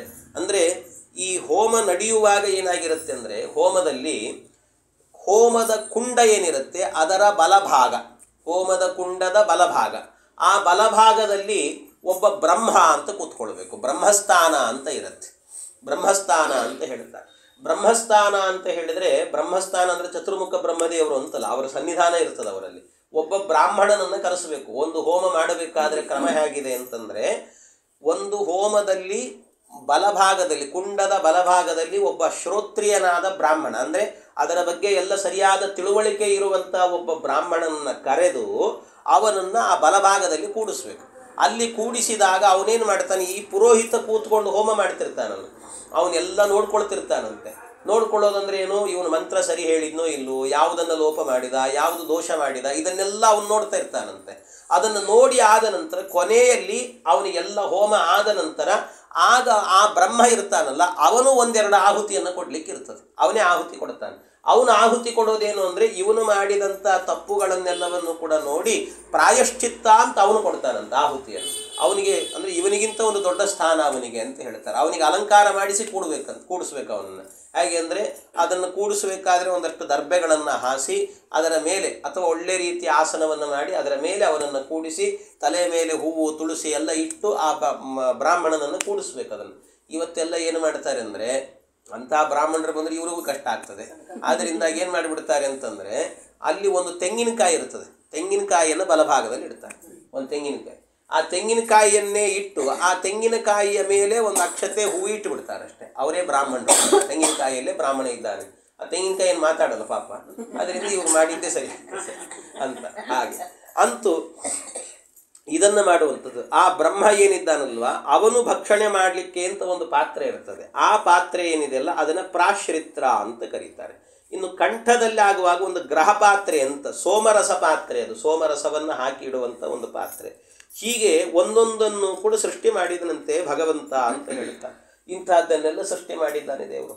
ಅದರ ಜೊತೆಗೆ ಏನಾಯ್ತಂತೆ, ಭೂಮಿಯನ್ನು ತಂದು ಹಾಗೆ ಕೋರೆ ಹಲ್ಲಿನಿಂದ ಚುಚ್ಚಿಕೊಂಡು ಮೇಲೆ ಇಟ್ಟ ಕೂಡಲೇ ಏನು ಮಾಡಿದಂತೆ ಭಗವಂತ, ಅವನಿಗೆ ಅನ್ನಿಸ್ತಂತೆ ಸುಮ್ಮನೆ, ಅಂದರೆ ನಾಟಕ ಪರಮಾತ್ಮನದ್ದು. ಮೈಯಲ್ಲೆಲ್ಲ ಒಂದು ಸ್ವಲ್ಪ ಬೆವರು ಬಂದಂತೆ ಆಯ್ತಂತೆ ದೇವರಿಗೆ, ಆಯಾಸ ದೇವರಿಗೆ, ಅಷ್ಟು ಎತ್ತಿದ್ನಲ್ಲ ಅಂತ ಆಯಾಸದಂತೆ ನಟನೆ ಮಾಡಿದ. ಅವನು ಆಯಾಸದಂತೆ ನಟನೆ ಮಾಡಿಕೊಂಡು ಒಂದು ಸರ್ತಿ ಏನು ಮಾಡಿದ, ಮೈಯೆಲ್ಲ ಒಂದು ಸರ್ತಿ ಝಾಡಿಸಿದ್ನಂತ.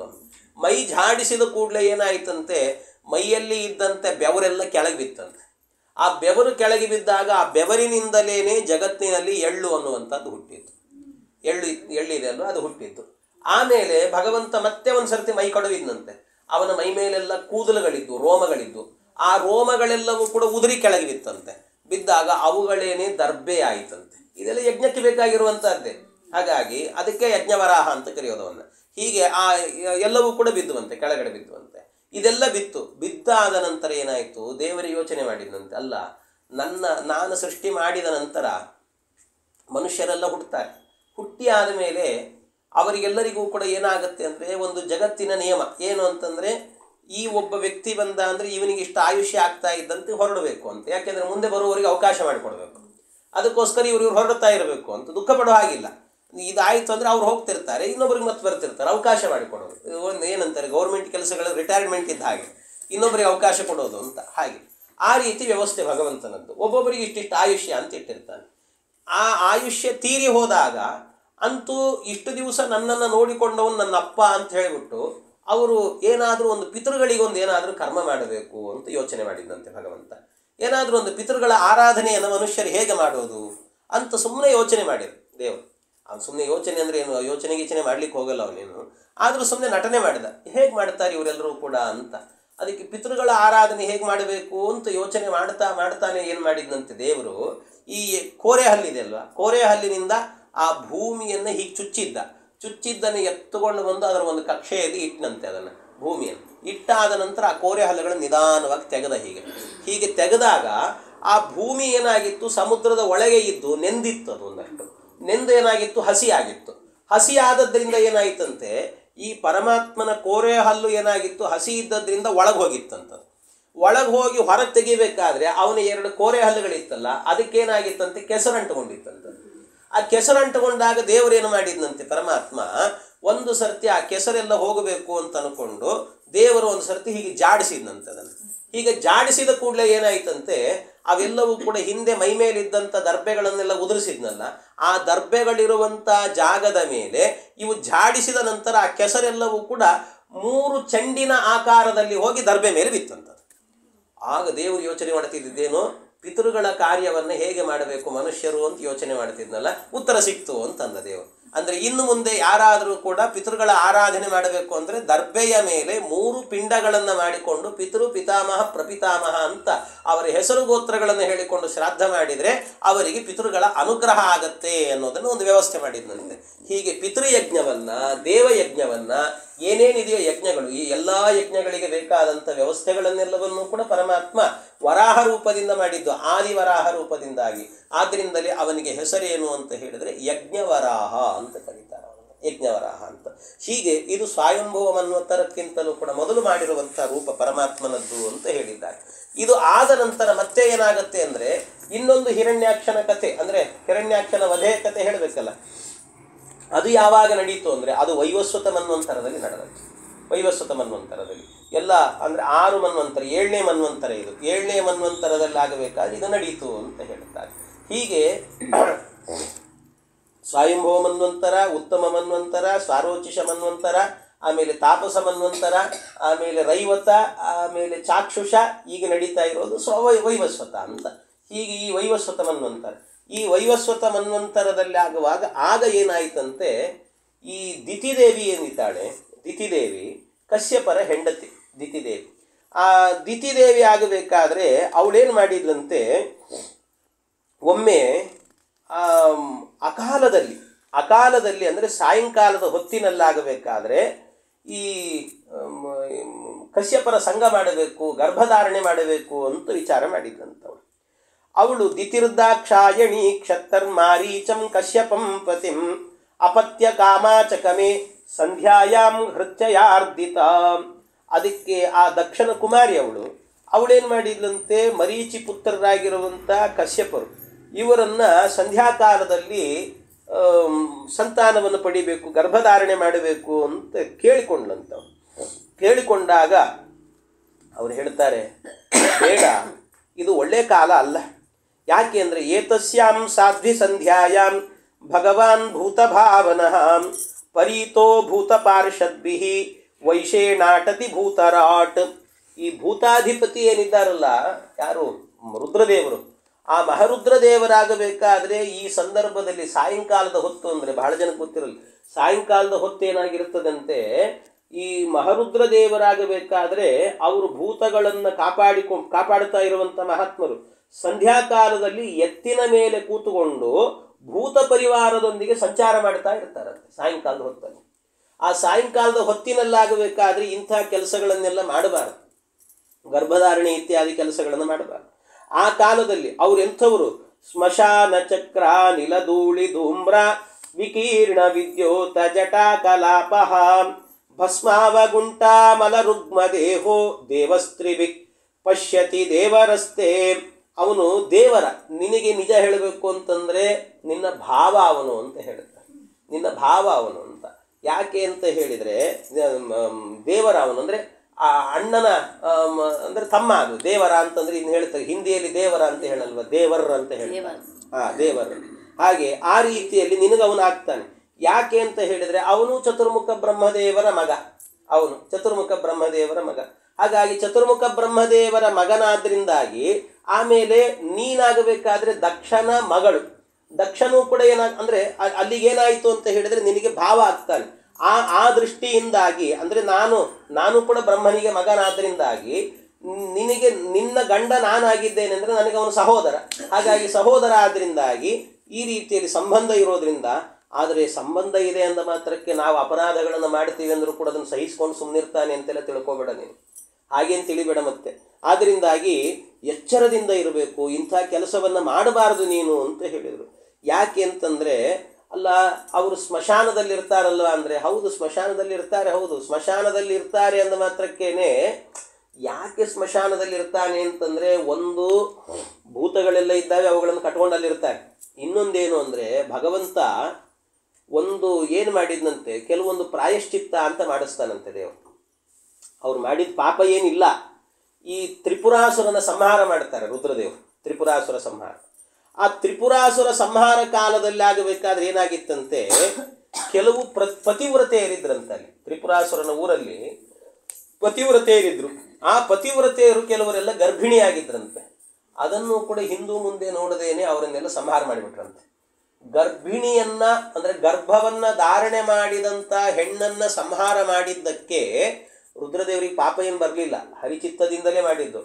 ಆದರೂ ಕೂಡ ಏನು ಅಂತ ಹೇಳಿದರೆ ಭಗವಂತ ಒಂದನ್ನು ತೋರಿಸಿಕೊಡ್ತಾನೆ. ಭೃತ್ಯನಾದವನು ಪಾಪಕರ್ಮವನ್ನು ಮಾಡಿದಾಗ ಸ್ವಾಮಿ ಅದಕ್ಕೆ ಒಂದು ಪ್ರಾಯಶ್ಚಿತ್ತವನ್ನು ಹೇಳಬೇಕು ಅಂತ ಹೇಳ್ತಾರೆ. ಏನಾದರೂ ಒಂದು ಪ್ರಾಯಶ್ಚಿತ್ತ ಮಾಡಿಸ್ಬೇಕಂತೆ. ಅದಕ್ಕೋಸ್ಕರ ಒಂದು ಪ್ರಾಯಶ್ಚಿತ್ತ ಮಾಡಬೇಕು ಅಂತ ಹೇಳಿ ರುದ್ರದೇವರಿಗೆ ಭಗವಂತ ಏನು ಮಾಡಿದಂತೆ, ನೀನು ಸ್ಮಶಾನದಲ್ಲಿ ಹೋಗಿ ವಾಸ ಮಾಡು ಅಂತ ಹೇಳಿದಂತೆ. ಇದು ತ್ರಿಪುರಾಸುರನ ಸಂಹಾರದ ಕಾಲದಲ್ಲಿ ಅವರೇನು ಮಾಡಿದರು, ಗರ್ಭಿಣಿ ಸ್ತ್ರೀಯರ ಸಂಹಾರವನ್ನು ಮಾಡಿದ್ರಿಂದಾಗಿ ಇಂಥ ಒಂದು ಪ್ರಾಯಶ್ಚಿತ್ತವನ್ನು ಹೇಳಿದ್ರಂತೆ ರುದ್ರದೇವರಿಗೆ. ಆದ್ರಿಂದ ಇದ್ದಾರೆ, ಅವ್ರಿಗೇನು ಅದ್ರದ್ದು ಲೇಪ ಇದೆ ಅಂತ ತಿಳ್ಕೊಂಡ್ಬಿಡಬಾರ್ದು. ಮತ್ತೆ ಲೇಪ ಏನಿಲ್ಲ, ಹಾಗೆ ಮಾಡಿರುವಂತಹದ್ದು ರುದ್ರದೇವರಿಗೆ. ಇಂಥ ರುದ್ರದೇವರು ಸಂಚಾರ ಮಾಡುವಂತಹ ಕಾಲ, ಆ ಕಾಲದಲ್ಲಿ ಆಗಬೇಕಾದ್ರೆ ಇದನ್ನೆಲ್ಲ ಮಾಡಲೇಬಾರದು. ಮತ್ತಷ್ಟೇ ಅಲ್ಲ, ಸಂಧ್ಯಾ ಕಾಲದಲ್ಲಿ ಆಗಬೇಕಾದ್ರೆ ಒಂದು ವಿಶೇಷ ಏನು ಅಂತಂದ್ರೆ, ಚತ್ವಾರಿ ಖಲು ಕರ್ಮಾಣಿ ಸಂಧ್ಯಾ ಕಾಲೇ ವಿವರ್ಜಯೇತ್ ಆಹಾರಂ ಮೈಥುನಂ ನಿದ್ರಾ ಸ್ವಾಧ್ಯಾಯಂಚ ಚತುಷ್ಟಕಂ. ಈ 4 ಕೆಲಸವನ್ನ ಮಾಡಲೇಬಾರ್ದಂತೆ ಸಂಧ್ಯಾಕಾಲದಲ್ಲಿ. ಯಾವುದು? ಚತ್ವಾರಿ ಖಲು ಕರ್ಮಾಣಿ ಸಂಧ್ಯಾಕಾಲೇ ವಿವರ್ಜಯೇತ್. 4 ಕೆಲಸ ಮಾಡಬೇಡ್ರಿ. ಯಾವುದು ಅಂದರೆ ಆಹಾರಂ ಮೈಥುನಂ ನಿದ್ರಾ ಆಮೇಲೆ ಸ್ವಾಧ್ಯಾಯಂಚ ಚತುಷ್ಟಕಂ. ಆಹಾರ, ಮೈಥುನ, ನಿದ್ರಾ, ಸ್ವಾಧ್ಯಾಯ, ಈ 4 ಮಾಡಬಾರದು. ಅಂದರೆ ಅರ್ಥ ಏನು? ಮೊದಲನೇದಾಗಿ ಆಹಾರ ಸ್ವೀಕಾರವನ್ನು ಮಾಡಬಾರದು. ಸಾಯಂಕಾಲದ ಹೊತ್ತಿನಲ್ಲಿ ಆಗಬೇಕಾದ್ರೆ ಆಹಾರ ತಗೊಳ್ಬಾರ್ದಂತೆ. ಯಾಕೆ ಅಂತ ಹೇಳಿದರೆ, ಆಹಾರ ಜಾಯತೆ ವ್ಯಾಧಿ. ಆಹಾರವನ್ನು ಸ್ವೀಕಾರ ಮಾಡೋದ್ರಿಂದಾಗಿ ರೋಗ ರುಜಿನಗಳೆಲ್ಲವೂ ಕೂಡ ಬರ್ತಾವಂತೆ. ಸಂಧ್ಯಾಕಾಲದಲ್ಲಿ ಆಹಾರ ಸ್ವೀಕಾರ ಮಾಡಿದರೆ ಬೇಡ ಅಂದರೂ ಮೈ ತುಂಬ ರೋಗ ಬರ್ತಾವಂತ, ಅಷ್ಟು ಬರ್ತಾವಂತ. ಈಗ ಮನುಷ್ಯರೆಲ್ಲ ಮಾಡೋದು ಹೇಗೆ ಅಂದರೆ, ಬೆಳಿಗ್ಗೆ ಹೋದರೆ ಸಾಯಂಕಾಲನೇ ಬರ್ತಾರೆ. ಅವು ಕೆಲಸದಿಂದ ಬರೋದೇ ಸಾಯಂಕಾಲ, ಸಂಧ್ಯಾಕಾಲಕ್ಕೆ ಬಂದಿರ್ತಾರೆ ಸರಿಯಾಗಿ. ಆಗಲೇ ಹಸಿವಾಗ್ತಿರ್ತದೆ. ತಿನ್ನಲಿಲ್ಲ ಅಂದರೆ ಹಿಂಸೆ ಆಗ್ತಿರ್ತದೆ ಅವ್ರಿಗೆ. ಆಗಲೇ ತಿಂತಾರೆ, ಮತ್ತು ಬರಬೇಡ ಅಂದರೆ ಹೇಗಿರ್ತದೆ, BP, ಶುಗರು, ಇನ್ನೊಂದು ಮತ್ತೊಂದು ಎಲ್ಲ ರೋಗಗಳು ಮೈಗಂಟುಕೊಳ್ತಾವೆ, ಹಾಗಿರ್ತದೆ. ಅದರಿಂದಾಗಿ ಆಹಾರ ಜಾಯತೆ ವ್ಯಾಧಿ, ಇದರಿಂದಾಗಿ ರೋಗ ರುಜಿನಗಳೆಲ್ಲವೂ ಕೂಡ ಬರ್ತಾವಂತೆ. ಇನ್ನೊಂದೇನು ಅಂತಂದರೆ ಆಹಾರಂ ಮೈಥುನಂ. ಆ ಕಾಲದಲ್ಲಿ ಗರ್ಭಧಾರಣೆಯನ್ನು ಮಾಡಬಾರ್ದಂತೆ. ಗರ್ಭಧಾರಣೆಯನ್ನು ಮಾಡಿದರೆ ಏನಾಗುತ್ತೆ ಅಂದರೆ ಕ್ರೂರಗರ್ಭಶ್ಚ ಮೈಥುನೇ. ಕ್ರೂರಗರ್ಭ, ಕೆಟ್ಟ ಮಕ್ಕಳು ಹುಡ್ತಾರಂತೆ. ಅದಕ್ಕೆ ಸಾಕ್ಷಿ ಇವರೇನು, ಹಿರಣ್ಯಾಕ್ಷ ಹಿರಣ್ಯಕಶಿಪು, ಅವರಿಬ್ಬರು ಅದಕ್ಕೆ ಕೆಟ್ಟ ಮಕ್ಕಳು ಹುಡ್ತಾರೆ. ಆದ್ದರಿಂದಾಗಿ ಗರ್ಭಧಾರಣೆಯನ್ನು ಮಾಡಬಾರದು. ಇನ್ನೊಂದೇನು ಅಂತ ಹೇಳಿದರೆ ಇಷ್ಟೇ ಅಲ್ಲ, ನಿದ್ರೆಯನ್ನು ಮಾಡಬಾರ್ದಂತೆ ಸಾಯಂಕಾಲದ ಹೊತ್ತಿನಲ್ಲಿ. ಯಾಕೆ ಅಂದರೆ ನಿದ್ರೆಯ ಕ್ರಿಯತೆ ಶ್ರೀಹಿ ಅಂದರೆ ಲಕ್ಷ್ಮೀದೇವಿ ಅಂತ ಅರ್ಥ. ಶ್ರೀದೇವಿ, ಲಕ್ಷ್ಮೀದೇವಿ ಏನಿದ್ದಾಳಲ್ವ, ಅವಳೇನು ಮಾಡ್ತಾಳಂತೆ, ಸಾಯಂಕಾಲ ಆದರೆ ಸಾಕು ನನ್ನ ಭಕ್ತರೆಲ್ಲರೂ ಕೂಡ ಮನೆಗಳಲ್ಲಿ ದೇವರ ಮುಂದೆ ದೀಪವನ್ನು ಹಚ್ಚಿ ಮನೆಯೆಲ್ಲ ಬೆಳಗಿ ನನ್ನನ್ನು ಕರೀತಾರೆ, ಭಾಗ್ಯದ ಲಕ್ಷ್ಮೀ ಬಾರಮ್ಮ ಅಂತ ಕರೀತಿರ್ತಾರೆ. ನಾನು ಹೋಗಬೇಕು ಅಂತ ಎಲ್ಲರ ಮನೆಗೂ ಹೋಗ್ತಿರ್ತಾಳಂತ ಅವಳು ಲಕ್ಷ್ಮೀದೇವಿ. ಎಲ್ಲರ ಮನೆಗೂ ಹೋಗ್ತಾಳೆ. ಎಲ್ಲರ ಮನೆಗೆ ಹೋಗಬೇಕಾದ್ರೆ ಅಕಸ್ಮಾತ್ ನಾವೇನಾದರೂ ಚೆನ್ನಾಗಿ ಊಟ ಮಾಡಿ ನಿದ್ದೆ ಹೊಡೆದ್ಬಿಟ್ಟಿದ್ವಿ ಅಂದರೆ, ಎಚ್ಚರಿಕೆ ಆಗಿರಲಿಲ್ಲ ಅಂದರೆ ಬರ್ತಾಳೆ. ನಮ್ಮ ಮನೆಗೆ ಬರಲ್ಲ ಅಂತೇನಿಲ್ಲ, ಮತ್ತೆ ಬಂದಿರ್ತಾಳೆ. ಬಾಗಿಲು ಹಾಕಿತ್ತು ಅಂದರೆ ನೋಡ್ತಾಳೆ, ಪಾಪ ಮಲಗಿದ್ದಾರೆ, ಡಿಸ್ಟರ್ಬ್ ಮಾಡೋದು ಬೇಡ ಅಂತ ಪಕ್ಕದ ಮನೆಗೆ ಹೋಗಿರ್ತಾಳೆ, ನಮ್ಮ ಮನೆಗೆ ಬರೋದಿಲ್ಲ. ಹಾಗಾಗಿ ಅದಕ್ಕೋಸ್ಕರ ಏನು ಅಂತಂದರೆ ಆ ದಿನಗಳಲ್ಲಿ ಆಗಬೇಕು, ಸಾಯಂಕಾಲದ ಹೊತ್ತಿನಲ್ಲಿ ನಾವು ದೇವರ ದೀಪ ಹಚ್ಚಬೇಕು ಅನ್ನೋದಕ್ಕೋಸ್ಕರವಾಗಿ, ಲಕ್ಷ್ಮೀ ಬರ್ತಾಳೆ ಅನ್ನೋದಕ್ಕೋಸ್ಕರ ನಾವು ಬಾಗಿಲು ಹಾಕಬಾರದು, ಆ ಹೊತ್ತಲ್ಲಿ ನಿದ್ದೆ ಮಾಡಬಾರದು ಅಂತ ಹೇಳ್ತಾರೆ. ನಿದ್ರೆ ಯಾಕೆ? ಆದರೆ ನಿದ್ದೆಯಿಂದಾಗಿ ಲಕ್ಷ್ಮೀದೇವಿ ಹೊರಟು ಹೋಗ್ತಾಳಂತೆ. ಇನ್ನೊಂದು ಸ್ವಾಧ್ಯಾಯಂಚ ಚತುಷ್ಟಕಂ, ಸ್ವಾಧ್ಯಾಯ. ಯಾಕೆ ಅಂದರೆ ಸ್ವಾಧ್ಯಾಯ ಅಂತ ಹೇಳಿದರೆ ಹೊಸದಾಗಿ ವೇದಾಧ್ಯಯನವನ್ನು ಮಾಡಬಾರ್ದಂತೆ, ಹೊಸದಾಗಿ ವೇದ ಪಾಠವನ್ನು ಕೇಳಬಾರದು. ಯಾಕೆ ಅಂದರೆ ಸ್ವಾಧ್ಯಾಯೇ ಮರಣಂ ಧ್ರುವಂ, ಅದನ್ನು ಕೇಳೋದ್ರಿಂದ ಆಯುಷ್ಯ ಕ್ಷೀಣ ಆಗತ್ತೆ ಅಂತ ಹೇಳ್ತಾರೆ. ಆಯುಷ್ಯ ಎನ್ನುವಂಥದ್ದು ಕ್ಷೀಣ ಆಗ್ತದಂತೆ. ಆದ್ದರಿಂದಾಗಿ ಆ ಕಾಲದಲ್ಲಿ ಅದನ್ನು ಕೇಳಬಾರದು ಅಂತ. ಮೊದಲೇ ಓದಿದ್ದನ್ನು ಅಧ್ಯಯನ ಮಾಡ್ಬೋದು, ಮೊದಲೇ ಹೇಳಿಕೊಟ್ಟ ಪಾಠವನ್ನು, ಹೊಸ ಪಾಠ ಕೇಳಬಾರದು ಅಂತ. ಹೀಗೆ 4 ಕೆಲಸಗಳನ್ನು ಕೂಡ ಮಾಡಬಾರದು ಅಂತ ಹೇಳಿಬಿಟ್ಟು ಹೇಳ್ತಾರೆ. ಅದರಿಂದ ಬೇಡ ಈ ಕಾಲದಲ್ಲಿ ಮಾಡುವಂತಹದ್ದು ಅಂತ. ಹಸಂತಿ ಯಸ್ಯಾಚರಿತಂ ಹಿ ದುರ್ಭಗಾಃ ಸ್ವಾತ್ಮನ್ ರತಸ್ಯಾ ವಿದುಷಃ ಸಮೀಹಿತಂ ಯೈರ್ವಸ್ತ್ರಮಾಲ್ಯಾಭರಣಾನುಲೇಪನೈಃ ಶ್ವಭೋಜನಂ ಸ್ವಾತ್ಮತಯೋಪಲಾಡಿತಂ. ಇದು ಎಂಥದ್ದು ಅಂತಂದರೆ ನಾಯಿಗಳ ಬಾಯಿಗೆ ಯಾರಾದರೂ ಕೂಡ ಆಹಾರವನ್ನು ಹಾಕಿ ಅದನ್ನು ತಿನ್ಲಿಕ್ಕೆ ಹೋಗ್ತಾರೆ ಯಾರಾದ್ರು? ಅಂಥದ್ದನ್ನು ಮಾಡಬಾರ್ದು. ಅಂಥ ಕೆಲಸ ಇದು ನೀನು ಈ ಹೊತ್ತಲ್ಲಿ ಮಾಡುವಂಥದ್ದು ಅಂತ ಇಷ್ಟು ಹೇಳಿದರೂ ಕೂಡ ಅವಳು ಕೇಳಲೇ ಇಲ್ಲ. ಏವಂ ಸಂವೇದಿತ ಭರ್ತ್ರ ಮನ್ಮಥೋ ಮತಿತೇಂದ್ರಿಯ. ಅವಳಿಗೇನಾಗ್ಬಿಟ್ಟಿತ್ತು ಅಂದರೆ, ಕೆಲವೊಮ್ಮೆ ಹೇಳ್ತಾರೆ ಕಾಮಾತುರಾಣಂ ನಭಯಂ ನ ಲಜ್ಜಾ ಅಂತ ಹೇಳ್ತಾರಲ್ಲ, ಹಾಗೆ ಅವಳಿಗೆ ಮದ ಏರಿ ಹೋಗಿತ್ತು. ಆದ್ದರಿಂದಾಗಿ ಗರ್ಭಧಾರಣೆ ಮಾಡೇ ಮಾಡ್ತೇನೆ ನಿನ್ನ ಹಣೆ ಬರಹ ಅಂತ ಹೇಳಿ ಅವರು ಗರ್ಭಧಾರಣೆ ಮಾಡಿಸಿದರು. ಅದರಿಂದ ಏನಾಯಿತು ಅಂದರೆ, ಆಮೇಲೆ ಇವಳು ಗರ್ಭವನ್ನು ಧಾರಣೆ ಮಾಡಿದ್ರಂತೆ. ಗರ್ಭಧಾರಣೆ ಮಾಡಿದಾಗ ಆ ಸಂದರ್ಭದಲ್ಲಿ ಅವರಿಗೆ ಹೇಳಿದರು, ನೋಡು ನೀನು ಈ ಸಂದರ್ಭದಲ್ಲಿ ಗರ್ಭಧಾರಣೆ ಮಾಡಿದ್ದೆ, ಆದ್ದರಿಂದಾಗಿ ನಿನಗೇನಾಗತ್ತೆ ಅಂತಂದರೆ ಇನ್ನು ಕೆಲವು ದಿವಸದಲ್ಲಿ ಮಕ್ಕಳು ಹುಡ್ತಾರೆ, ಆದರೆ ಪರಮ ನೀಚರಾದಂಥ ಮಕ್ಕಳು ಹುಡ್ತಾರೆ, ಲೋಕಕ್ಕೆಲ್ಲ ಕಂಟಕರಾಗಿರುವಂಥ ಮಕ್ಕಳು ಹುಡ್ತಾರೆ ನಿನಗೆ, ಅಂಥ ಮಕ್ಕಳು ಅಂತ ಇಷ್ಟು ಹೇಳ್ತಾ ಇರುವಾಗ, ನಮೇ ಗರ್ಭಮಿಮಂ ಬ್ರಹ್ಮನ್ ಭೂತಾನಾಂ ವೃಷಭೋವದೀತ್ ರುದ್ರಪತಿರ್ಹಿ ಭೂತಾನಾಂ ಯಸ್ಯಾಕರವಮಂ ಹಸಂ.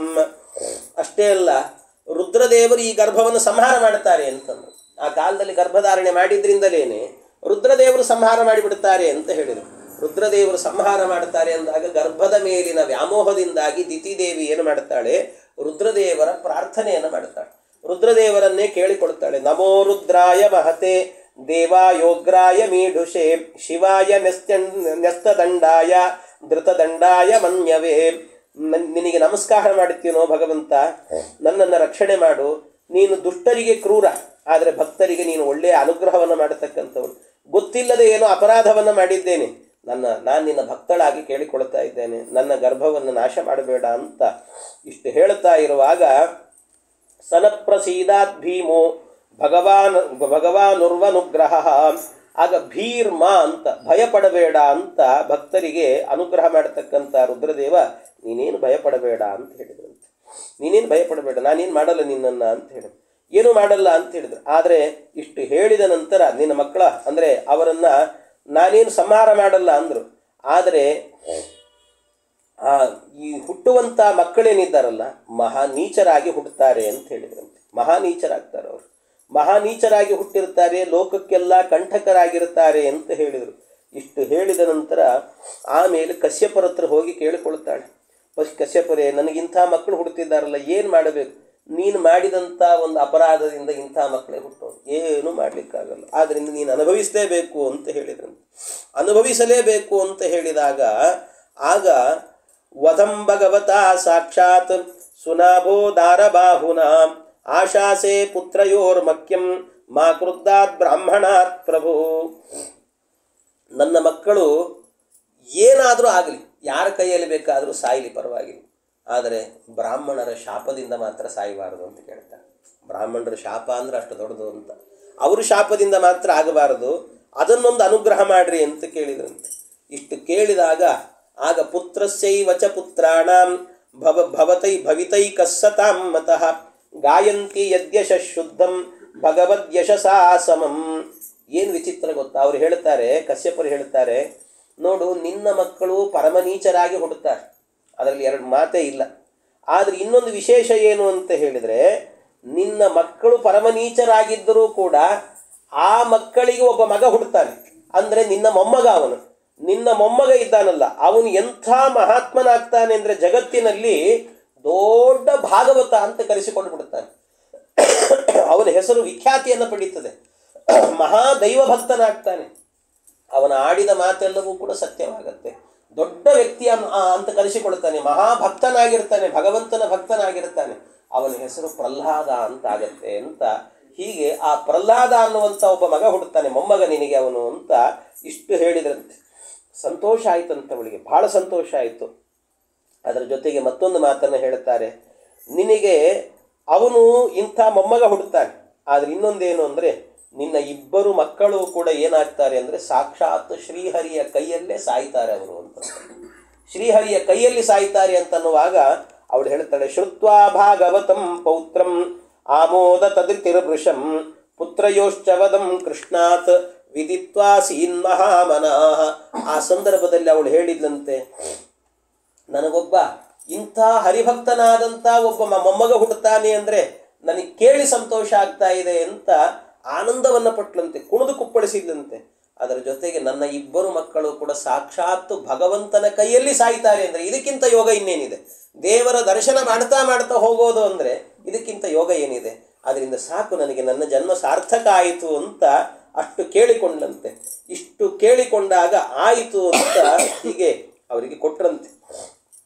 ಆಮೇಲೆ ದಿತಿದೇವಿ ಗರ್ಭದಲ್ಲೇನೆ 2 ಮಕ್ಕಳು ಹುಟ್ಟಿದ್ವಂತೆ. 2 ಮಕ್ಕಳು, ಅವು ಅವಳಿ ಜವಳಿಯಾಗಿ ಮಕ್ಕಳು ಹುಟ್ಟಿದ್ವಂತವು. 2 ಅವಳಿ ಜವಳಿ ಮಕ್ಕಳು ಹುಟ್ಟಿದ ಕೂಡಲೇ ಅದು ಹುಟ್ಟುತ್ತಾ ಇದ್ವಲ್ಲ, ಹುಟ್ಟಬೇಕಾದ್ರೆ ಅದೇ ಕಾಲದಲ್ಲಿ ಇನ್ನೊಂದು ಘಟನೆ ನಡೀತಂತೆ. ಇನ್ನೊಂದು ಘಟನೆ, ಇಲ್ಲಿ ಗರ್ಭಧಾರಣೆ ಮಾಡಿದ್ದಾಳೆ, ಅವಳು ಗರ್ಭಧಾರಣೆ ಮಾಡಿ ಇನ್ನೇನು ಪ್ರಸವ ಆಗಬೇಕು. ಅದೇ ಕಾಲದಲ್ಲಿ ಇನ್ನೊಂದು ಘಟನೆ ಏನು ನಡೀತು ಅಂತಂದರೆ, ಮಾನಸ ಮೇಸುತ ಯುಷ್ಮತ್ ಪೂರ್ವಂ ವೈಸನಕಾದಯ ಚೇರುರ್ವಿಹಾಯ ಸಾ ಲೋಕಾನ್ ಲೋಕೇಶು ವಿಗತ ಸ್ಪೃಹಾ. ಈ ಸನಕ, ಸನಂದನ, ಸನತ್ ಕುಮಾರ, ಸನತ್ ಸುಜಾತ ಇವರು 4 ಜನ ಏನು ಮಾಡಿದ್ರಂದ್ರೆ, ಅವರು 4 ಜನರು ಕೂಡ ದೇವರ ದರ್ಶನ ಮಾಡಬೇಕು ಅಂತ ಭಗವಂತನ ಬಳಿಗೆ ವೈಕುಂಠಕ್ಕೆ ಹೋಗ್ತಾ ಇದ್ರಂತೆ. ಆ ವೈಕುಂಠಕ್ಕೆ ಹೋಗಬೇಕಾದ್ರೆ ಅಲ್ಲಿ ಜಯ ಮತ್ತು ವಿಜಯ ಅಂತ ಇಬ್ಬರು ದ್ವಾರಪಾಲಕರು. ಆ ದ್ವಾರಪಾಲಕರಿಬ್ಬರು ನೋಡಿದ್ರಂತೆ, ನೋಡಿ ತಡೆದ್ರಂತೆ ಅವರನ್ನು. ನೀವೆಲ್ಲಿಗೆ ಹೋಗ್ತೀರಿ ಅಂತ ಕೇಳಿದ್ರು. ಬಿಡೋದಿಲ್ಲ, ದಾರಿ ಬಿಡೋದಿಲ್ಲ. ಪರ್ಮಿಷನ್ ಎಲ್ಲಿಂದ ನಿಮಗೇನಾರು ಅಪಾಯಿಂಟ್ಮೆಂಟ್ ಇದೆಯಾ ಅಂತ ಕೇಳಿದ್ರು. ಅಲ್ಲೋ ದೇವ್ರ ದರ್ಶನಕ್ಕೆ ಹೋಗ್ತಿದ್ದೀವಿ, ಬಿಡ್ರಿ ನಮ್ಮನ್ನು ಅಂದ್ರಂತೆ. ಅಲ್ಲ, ಅಪಾಯಿಂಟ್ಮೆಂಟ್ ಎಲ್ಲಿದೆ? ಕೆಲವರು ಏನಂದರೆ, ಕೆಲವು ಸಣ್ಣ ಕೆಲಸ ಸಿಕ್ಕಿರ್ತದೆ, P1 ಕೆಲಸ ಸಿಕ್ಕಿರ್ತದೆ, ಅಷ್ಟು ಸಿಕ್ಕರೆ ಸಾಕು ಅದರಲ್ಲೇ ಹಾರಾಡ್ತಿರ್ತಾರೆ. ಅವರು ಅದರಲ್ಲೇ ದುಡ್ಡು ಮಾಡ್ಕೊಂಡ್ಬಿಟ್ಟಿರ್ತಾರೆ. ಅವ್ರು ದೊಡ್ಡವ್ರನ್ನ ಮೇಲೆ ಭೇಟಿ ಆಗಬೇಕು ಅಂದ್ರೆ ಇವ್ರದೇ ದುಡ್ದಾಗಿಬಿಟ್ಟಿರ್ತದೆ, ಎಲ್ಲ ಹಾಗಿರ್ತದೆ. ಹಾಗೆ ಇವರೆಲ್ಲ ಮಾಡಿ ಅವ್ರ ಕೆಲಸ ಏನು ಅಂತಂದರೆ ಇರೋದೇ ಅವರು ಯಾರು ಬಂದಿದ್ದಾರೆ ಅಂತ ಒಳಗಿನವ್ರಿಗೆ ಹೇಳಬೇಕು, ಅವ್ರನ್ನ ಭೇಟಿ ಮಾಡಿಸೋದು. ಅವ್ರು ಬೇಕು ಅಂದರೆ ಒಳಗೆ ಕಳಿಸೋದು, ಇಲ್ಲಾಂದರೆ ಹೊರಗೆ ಕಳಿಸೋದು, ಇಷ್ಟೇ ಕೆಲಸ ಅವ್ರದ್ದು. ಅದು ಬಿಟ್ಟು ಉಳಿದಿದ್ದೆಲ್ಲ ಪಾರ್ಪತ್ಯ ಮಾಡಬಾರ್ದು. ಅವ್ರು ಮಾಡ್ಲಿಕ್ಕೆ ಶುರು ಮಾಡಿದ್ರು. ನಿಮಗೆಲ್ಲ ಅಪಾಯಿಂಟ್ಮೆಂಟ್ ಇದೆ, ಹಾಗೆ ಹೀಗೆ ಅಂತೆಲ್ಲ ಗಲಾಟೆ ಮಾಡ್ತಾ ಇದ್ದಾಗಲೇ ಆ ಸಂದರ್ಭದಲ್ಲಿ ಏನಾಯ್ತಂತೆ, ಇವ್ರಿಗೆ ಸಿಟ್ಟು ಬಂತು. ಸಿಟ್ಟು ಬಂದು ಶಾಪವನ್ನು ಹಾಕಿದ್ರಂತೆ. ಇವರು ಶಾಪವನ್ನು ಹಾಕ್ತಾರೆ, ಇಲ್ಲ ನೀವಿಂಥ ಕೆಲಸವನ್ನು ಮಾಡ್ತಾ ಇದ್ದೀರಿ, ಆದ್ದರಿಂದಾಗಿ ನಮ್ಮನ್ನು ಒಳಗೆ ಬಿಡ್ತಾ ಇಲ್ಲ, ಆದ್ದರಿಂದಾಗಿ ನೀವಿಬ್ಬರೂ ಕೂಡ ರಾಕ್ಷಸರಾಗಿ ಹುಟ್ಟಿ ಅಂತ ಶಾಪ ಹಾಕಿದರು. ಅದು ಏನು ಒಂದಲ್ಲ ಎರಡಲ್ಲ, 3 ಬಾರಿ ರಾಕ್ಷಸರಾಗಿ ಹುಟ್ಟಿ ಅಂತ ಶಾಪ ಹಾಕಿದರು. 3 ಬಾರಿ ರಾಕ್ಷಸರಾಗಿ ಹುಟ್ಟಿ ಅಂತ ಶಾಪ ಹಾಕಿದ್ರಲ್ವ. ಶಾಪ ಹಾಕಿದ ಕೂಡಲೇ ಗಲಾಟೆ ಶುರುವಾಯಿತಂತೆ. ನಮಗೆ ಶಾಪ ಹಾಕ್ತೀರಾ ನೀವು ಅಂತ ಗಲಾಟೆ ಶುರುವಾಯಿತು. ಇವರು ಗಲಾಟೆ ಮಾಡ್ತಾ ಇದ್ದಂತೇನೆ ಒಳಗೆ ಇದ್ದಂಥ ಭಗವಂತ ಏನು ಮಾಡಿದಂತೆ, ಪರಮಾತ್ಮ ಹೊರಗೆ ಬಂದಂತೆ. ಏನೋ ದೊಡ್ಡದು ಗಲಾಟೆ ಆಗ್ತಾ ಇದೆ ಅಂತ ಹೊರಗೆ ಬಂದಂತೆ. ಬಂದಾಗ ಮೊದಲು ದೇವರಿಗೆ ನಮಸ್ಕಾರ ಮಾಡಿದರು. ನಮಸ್ಕಾರ ಮಾಡಿದ ಕೂಡಲೇ ಆಗ ಹೇಳಿದ್ರಂತೆ, ಹೀಗೆಲ್ಲ ಶಾಪ ಕೊಟ್ಟಿದ್ದಾರೆ, ಇದೆಲ್ಲ ವಿಷಯ ಗೊತ್ತಾಯ್ತು. ಗೊತ್ತಾದ ನಂತರ ಈ ಹುಡುಗರಿದ್ರು, ಸಣ್ಣ ಸಣ್ಣ ಹುಡುಗರು, ಇವರು ಸನಕಾದಿಗಳು, ಅವರೆಲ್ಲರೂ ಕೂಡ ಏನು ಮಾಡಿದ್ರಂತೆ, ಸ್ವಲ್ಪ ನಡಗಲಿಕ್ಕೆ ಶುರು ಮಾಡಿದ್ರಂತೆ. ಯಾಕೆಂದರೆ ದೇವರ ಇವರು ದ್ವಾರಪಾಲಕರು, ಅವ್ರಿಗೆ ಶಾಪ ಕೊಟ್ಬಿಟ್ಟಿದ್ದೀವಿ, ಈ ದೇವರೆಲ್ಲಿ ಸಿಟ್ಟು ಮಾಡ್ಕೊಂಡು ನಮಗೇನು ಮಾಡಿಬಿಡ್ತಾನೋ ಏನೋ ಅಂತ ಸ್ವಲ್ಪ ಹೆದರಿಕೆ. ಗೊತ್ತಾಗಲ್ಲ, ಮೊದಲು ಸಿಟ್ಟಲ್ಲಿ ಏನೋ ಮಾಡಿಬಿಡ್ತೀವಿ, ಆಮೇಲೆ ಮುಂದಿನ ಪರಿಣಾಮ ನೆನೆಸ್ಕೊಂಡು ಹೆದರಿಕೆ ಆಗ್ತಿರ್ತದೆ ಮನುಷ್ಯರಿಗೆ. ಹಾಗೆ ಇವರು ಸನಕಾದಿಗಳಿಗೆ ಹಾಗಾಯ್ತಂತೆ. ಏನು ಮಾಡಬೇಕು ಅಂತ ಗೊತ್ತಾಗದೇನೆ ಒದ್ದಾಡ್ಕೊಂಡಿರಬೇಕಾದ್ರೆ ಆಗ ಭಗವಂತನೇ ಒಂದು ಮಾತು ಹೇಳ್ತಾನೆ. ಎಂಥ ಮಾತು ಹೇಳಿದ್ದಾನೆ ಪರಮಾತ್ಮ. ದೇವರು ಹೇಳ್ತಾನಂತೆ, ಭಗವಂತ ನೀವು ಶಾಪ ಕೊಟ್ಟದ್ದು ಸರಿ ಇದೆ, ನೀವು ಬ್ರಾಹ್ಮಣರು, ನೀವು ಕೊಟ್ಟಂಥ ಶಾಪ ಏನಿದೆ ಅಲ್ವಾ, ಅದು ನನ್ನ ಭಕ್ತರಲ್ಲ, ನಾನಾದರೂ ಕೂಡ ಸ್ವೀಕಾರ ಮಾಡ್ತೀನಿ ಅಂದ ಭಗವಂತ. ಬ್ರಾಹ್ಮಣರ ಮಾತನ್ನು ತೆಗೆದು ಹಾಕೋದಿಲ್ಲ ನಾನು ಅಂತ ಹೇಳ್ತಾರೆ. ಯಾಕೆಂದರೆ ಈ ಬ್ರಾಹ್ಮಣರು ಇರೋದ್ರಿಂದಲೇ ನಾನು ಉಳಿದಿದ್ದೀನಿ ಅಂದ ಭಗವಂತ. ನಿಮ್ಮಿಂದ ನಾನು ಉಳಿದಿದ್ದೀನಿ ಅಂತಾನೆ. ನನಗೆ ಎಲ್ಲಿ ತನಕ ಅಂದರೆ ಲಕ್ಷ್ಮೀದೇವಿಗಿಂತಲೂ ಕೂಡ 1 ಪಟ್ಟು ಜಾಸ್ತಿ ನೀವು ದೊಡ್ಡವರು ಅಂತ ಹೇಳ್ತಾನೆ. ನೀವು ಬೇಕು ನನಗೆ ಅಂದರೆ ಲಕ್ಷ್ಮೀದೇವಿ ಅಲ್ಲ ಅಂತಲ್ಲ, ಅಂದರೆ ಅದೊಂದು ಅರ್ಥವ ಕೆಲವು ಸಂದರ್ಭಗಳಲ್ಲಿ ಹಾಗೆ ಹೇಳೋದು. ಅಂದರೆ ಆ ರೀತಿ, ಅಂದರೆ ಅಷ್ಟು ವಾತ್ಸಲ್ಯ ಅಂತ ಅರ್ಥ. ಭಗವಂತ ಹೇಳ್ತಾನೆ, ನೀವಿರೋದ್ರಿಂದ ನಾನು ಉಳಿದಿದ್ದೀನಿ ಎಂದ ಪರಮಾತ್ಮ. ನಿಮ್ಮಿಂದಲೇ ನನಗೊಂದು ಅಸ್ತಿತ್ವ ಇದೆ ಅಂತ. ಯಾಕೆಂದರೆ ಜಗತ್ತಿನಲ್ಲಿ ಎಷ್ಟು ಜನ ನಾಸ್ತಿಕರು, ದೇವರೇ ಇಲ್ಲ ಅಂತ ಹೇಳೋರಿದ್ದಾರೆ. ಎಷ್ಟು ಜನ ದೇವರಿಲ್ಲ ಇಲ್ಲ ಅಂತ ಹೇಳಿದಾಗಲೂ ಕೂಡ ಅವನು ಇದ್ದಾನೆ ಅಂತ, ನಾನು ಇದ್ದೇನೆ ಅಂತ ಪ್ರೂವ್ ಮಾಡೋರೇ ನೀವು ಬ್ರಾಹ್ಮಣರು. ನೀವು ಇದ್ದಿರತ್ತೆ, ನನಗೊಂದು ಅಸ್ತಿತ್ವ ಇದೆ, ಇಲ್ದಿದ್ರೆ ನಾನೆಲ್ಲಿ ಇರ್ತಿದ್ದೆ. ಆದ್ದರಿಂದ ನಿಮ್ಮಿಂದ ನಾನು ಉಳಿದಿದ್ದೇನೆ, ಆದ್ದರಿಂದಾಗಿ ನೀವು ಹೇಳಿದ ಮಾತನ್ನು ತೆಗೆದುಹಾಕೋದಿಲ್ಲ ನಾನು. ಅದರಿಂದ ನೀವು ಕೊಟ್ಟಂಥ ಶಾಪವನ್ನು ಸ್ವೀಕಾರ ಮಾಡಬೇಕವರು ಅಂತ ಅವರಿಗೆ ಸ್ವೀಕಾರ ಮಾಡಿರಿ ಅಂತ ಹೇಳಿದ ಭಗವಂತ. ಸ್ವೀಕಾರ ಮಾಡಿ ಅಂತ ಹೇಳಿ, ಅದೇ ಒಂದಷ್ಟು ಸಂವಾದಗಳಿದೆ, ಭಾಳ ದೊಡ್ಡದಾಗಿ ವಿಸ್ತಾರವಾಗಿದೆ. ಸ್ವೀಕಾರ ಮಾಡಿ ಅಂತ ಹೇಳಿದ ನಂತರ ಆಗ ಅವರಿಗೇನಾಯಿತು ಅಂತಂದರೆ, ಇವರೇನೇ ಈ ಜಯ ವಿಜಯರೇನೇ ಏನು ಮಾಡ್ತಾರೆ ಅಂದರೆ, ಆ ಗರ್ಭದಲ್ಲಿ ಅಂದರೆ ಏನು ದಿತಿದೇವಿ ಗರ್ಭಧಾರಣೆ ಮಾಡಿದ್ಲು, ಆ ಗರ್ಭದಲ್ಲಿ ಒಂದು ರೂಪದಿಂದ ಪ್ರವೇಶ ಮಾಡಿದ್ರು. ಇವರಿಬ್ಬರು ಕೂಡ ಪ್ರವೇಶ ಆಗಿ, ಅವರು ಪ್ರವೇಶವನ್ನು ಮಾಡಿದ ಕೂಡಲೇ ಅದು ಏನಾಗುತ್ತೆ ಅಂದರೆ, ಪ್ರವೇಶ ಮಾಡಿದ್ರಲ್ವ, ಪ್ರವೇಶ ಮಾಡಿದ ಕೂಡಲೇ ಅವರು ದೈತ್ಯರಾದರು ಅಂತ ತಿಳ್ಕೊಂಬಿಡಬಾರದು. ಅಂದರೆ ಈ ದೇವತೆಗಳು ದೈತ್ಯರಾದರು ಅಂತ ತಿಳ್ಕೊಂಬಿಡಬಾರದು. ದೇವತೆಗಳು ದೈತ್ಯರಾಗಿ ದೈತ್ಯನೇ ಆಗ ಹಂಗಿಲ್ಲ, ಅವರೆಲ್ಲ ದೇವತೆಗಳು ದೈತ್ಯರಾಗೋದಿಲ್ಲ. ಮತ್ತೇನಂದರೆ ದೇವತೆಗಳು ದೈತ್ಯರಾಗ್ರಿ ಅಂದರೆ ದೈತ್ಯರ ದೇಹದಲ್ಲಿ ವಾಸ ಮಾಡೋದು ಅಂತ ಅಷ್ಟೇ ಅರ್ಥ. ಆ ದೇಹದಲ್ಲಿ ಒಬ್ಬ ದೈತ್ಯ ಇರ್ತಾನೆ, ಅವನ ಜೊತೆಗೆ ಇವನು ವಾಸ ಮಾಡೋದು ಅಂತ, ಹಾಗೆ ವಾಸ ಮಾಡೋದು. ಅದೇ ಬಹಳ ಹಿಂಸೆ. ಅಂದರೆ ಅವ್ರ ಜೊತೆಗೆ ಬದುಕಬೇಕು ಅಂದರೆ ಎಷ್ಟು ಕಷ್ಟ ಇರ್ತದೆ ಹೇಳಿ. ಒಂದೇ ದೇಹ, ದೈತ್ಯ ಇರ್ತಾನೆ, ಆ ದೈತ್ಯ ಇರೋ ದೇಹದಲ್ಲೇ ಇವ್ರ ಜೊತೆಗಿರಬೇಕು ಅಂದರೆ ಎಷ್ಟು ಕಷ್ಟ ಆಗ್ತದೆ. ನಮಗದು ಬಿಡ್ರಿ, ಎಷ್ಟೋ ಸರ್ತಿ ಯಾವುದಾದ್ರೂ ಕೆಲವು ವಟಾರಗಳಲ್ಲಿ ಮನೆ ಮಾಡ್ಕೊಂಡಿರ್ತೀವಿ, ದೈತ್ಯರು ಇದ್ಬಿಟ್ರಲ್ಲಿ ಅಂತ ಆದರೆ ಅವ್ರ ಮನೆ ಪಕ್ಕದಲ್ಲಿ ವಾಸ ಮಾಡೋದೇ ಕಷ್ಟ ಆಗಿಬಿಡ್ತದೆ. ನಮಗೆ ಒಂದು ವಟಾರದಲ್ಲಿರೋದೇ ಕಷ್ಟ ಇದೆ ಅಂದ ಮೇಲೆ ಇನ್ನು ಒಂದೇ ದೇಹದಲ್ಲಿರೋದಂದ್ರೆ ಎಷ್ಟು ಕಷ್ಟ ಇರ್ತದೆ. ಆದ್ದರಿಂದಾಗಿ ಆ ರೀತಿಯಲ್ಲಿ ಅವರಿಗೆ ಶಾಪ ಆಯ್ತಂತೆ. ಆದರೆ ಇದರ ಮೇಲೊಂದು ಪ್ರಶ್ನೆ ಏನು ಅಂತಂದರೆ, ಸರಿ ಇದೆಲ್ಲ ನಡೆದದ್ದು ಘಟನೆಯಲ್ಲಿ ಶಾಪ ಕೊಟ್ಟದ್ದು, ಇವ್ರು ಕೆಳಗೆ ಬಿದ್ದದ್ದು ಇದೆಲ್ಲ ನಡೀತಲ್ಲ, ಇದೆಲ್ಲ ಎಲ್ಲಿ ನಡೀತು ಅಂತ ಹೇಳಿದರೆ, ಇದು ನಡೆದದ್ದು ಎಲ್ಲಿ ಅಂತಂದರೆ ಮೇಲ್ಗಡೆ ನಡೆದದ್ದು. ಮೇಲ್ಗಡೆ ಅಂತಂದರೆ ಎಲ್ಲಿ ಅಂದರೆ ವೈಕುಂಠ ಲೋಕದಲ್ಲಿ. ವೈಕುಂಠ ಅಂದರೆ ಏನದು? ವೈಕುಂಠ ಅಂತ ಹೇಳಿದರೆ ಮೋಕ್ಷ ಅಂತ ಅರ್ಥ. ಮೋಕ್ಷ. ಹಾಗಾದರೆ ಮೋಕ್ಷದಲ್ಲೂ ಕೂಡ ಇದೆಲ್ಲ ನಡೆಯುತ್ತಾ? ಮೋಕ್ಷದಲ್ಲಿ ಇವರಿಗೆ ದ್ವೇಷ ಹುಟ್ಟಿತು ಅಂದರೆ, ಹಾಗಾದ್ರೆ ಅಂದರೆ ಇವರಿಗೆ ಮೊದಲು ಬಿಡಲಿಲ್ಲ ಅಂದರೆ ಅಜ್ಞಾನ, ಇವರು ಶಾಪ ಕೊಟ್ಟರು ಅಂದರೆ ಕೋಪ. ಹಾಗಾದ್ರೆ ಕೋಪ ಮತ್ತು ಅಜ್ಞಾನ ಇದೆಲ್ಲ ವೈಕುಂಠದಲ್ಲೂ ಇದೆಯಾ ಅಂತ ಕೇಳಿದರೆ ಅದಕ್ಕೆ ಹೇಳ್ತಾರೆ ನೋಡಿ, ವೈಕುಂಠದಲ್ಲೂ ಇದೆಯಾ ಅಂದರೆ ವೈಕುಂಠದಲ್ಲಿ ಇದೆಲ್ಲ ಇಲ್ಲ. ಮತ್ತು ವೈಕುಂಠ ಅಂದರೆ ಮೋಕ್ಷದಲ್ಲೂ ಇದೆ ಅಂದರೆ ಮತ್ತು ಇಲ್ಲೇ ಅದೆಲ್ಲ ಇದೆ, ಮತ್ತು ಇನ್ಯಾಕೆ ಅಲ್ಲಿ ಹೋಗಬೇಕು? ಎಲ್ಲ ಇಲ್ಲೇ ಇದ್ಬಿಡ್ತೀವಲ್ಲ ನಾವು ಅಂದರೆ. ಅದಕ್ಕೆ ಹೇಳ್ತಾರೆ ವಾದಿರಾಜ ಸ್ವಾಮಿಗಳು ಉತ್ತರ ಕೊಡ್ತಾರೆ ನೋಡಿ. ಮೊದಲನೇದಾಗಿ ನೀವೇನು ತಿಳ್ಕೋಬೇಕು ಅಂದರೆ ಮೋಕ್ಷ ಅಂದರೆ ಹೇಗಿದೆ ಅಂತ ಅರ್ಥ ಮಾಡ್ಕೊಳ್ಬೇಕು.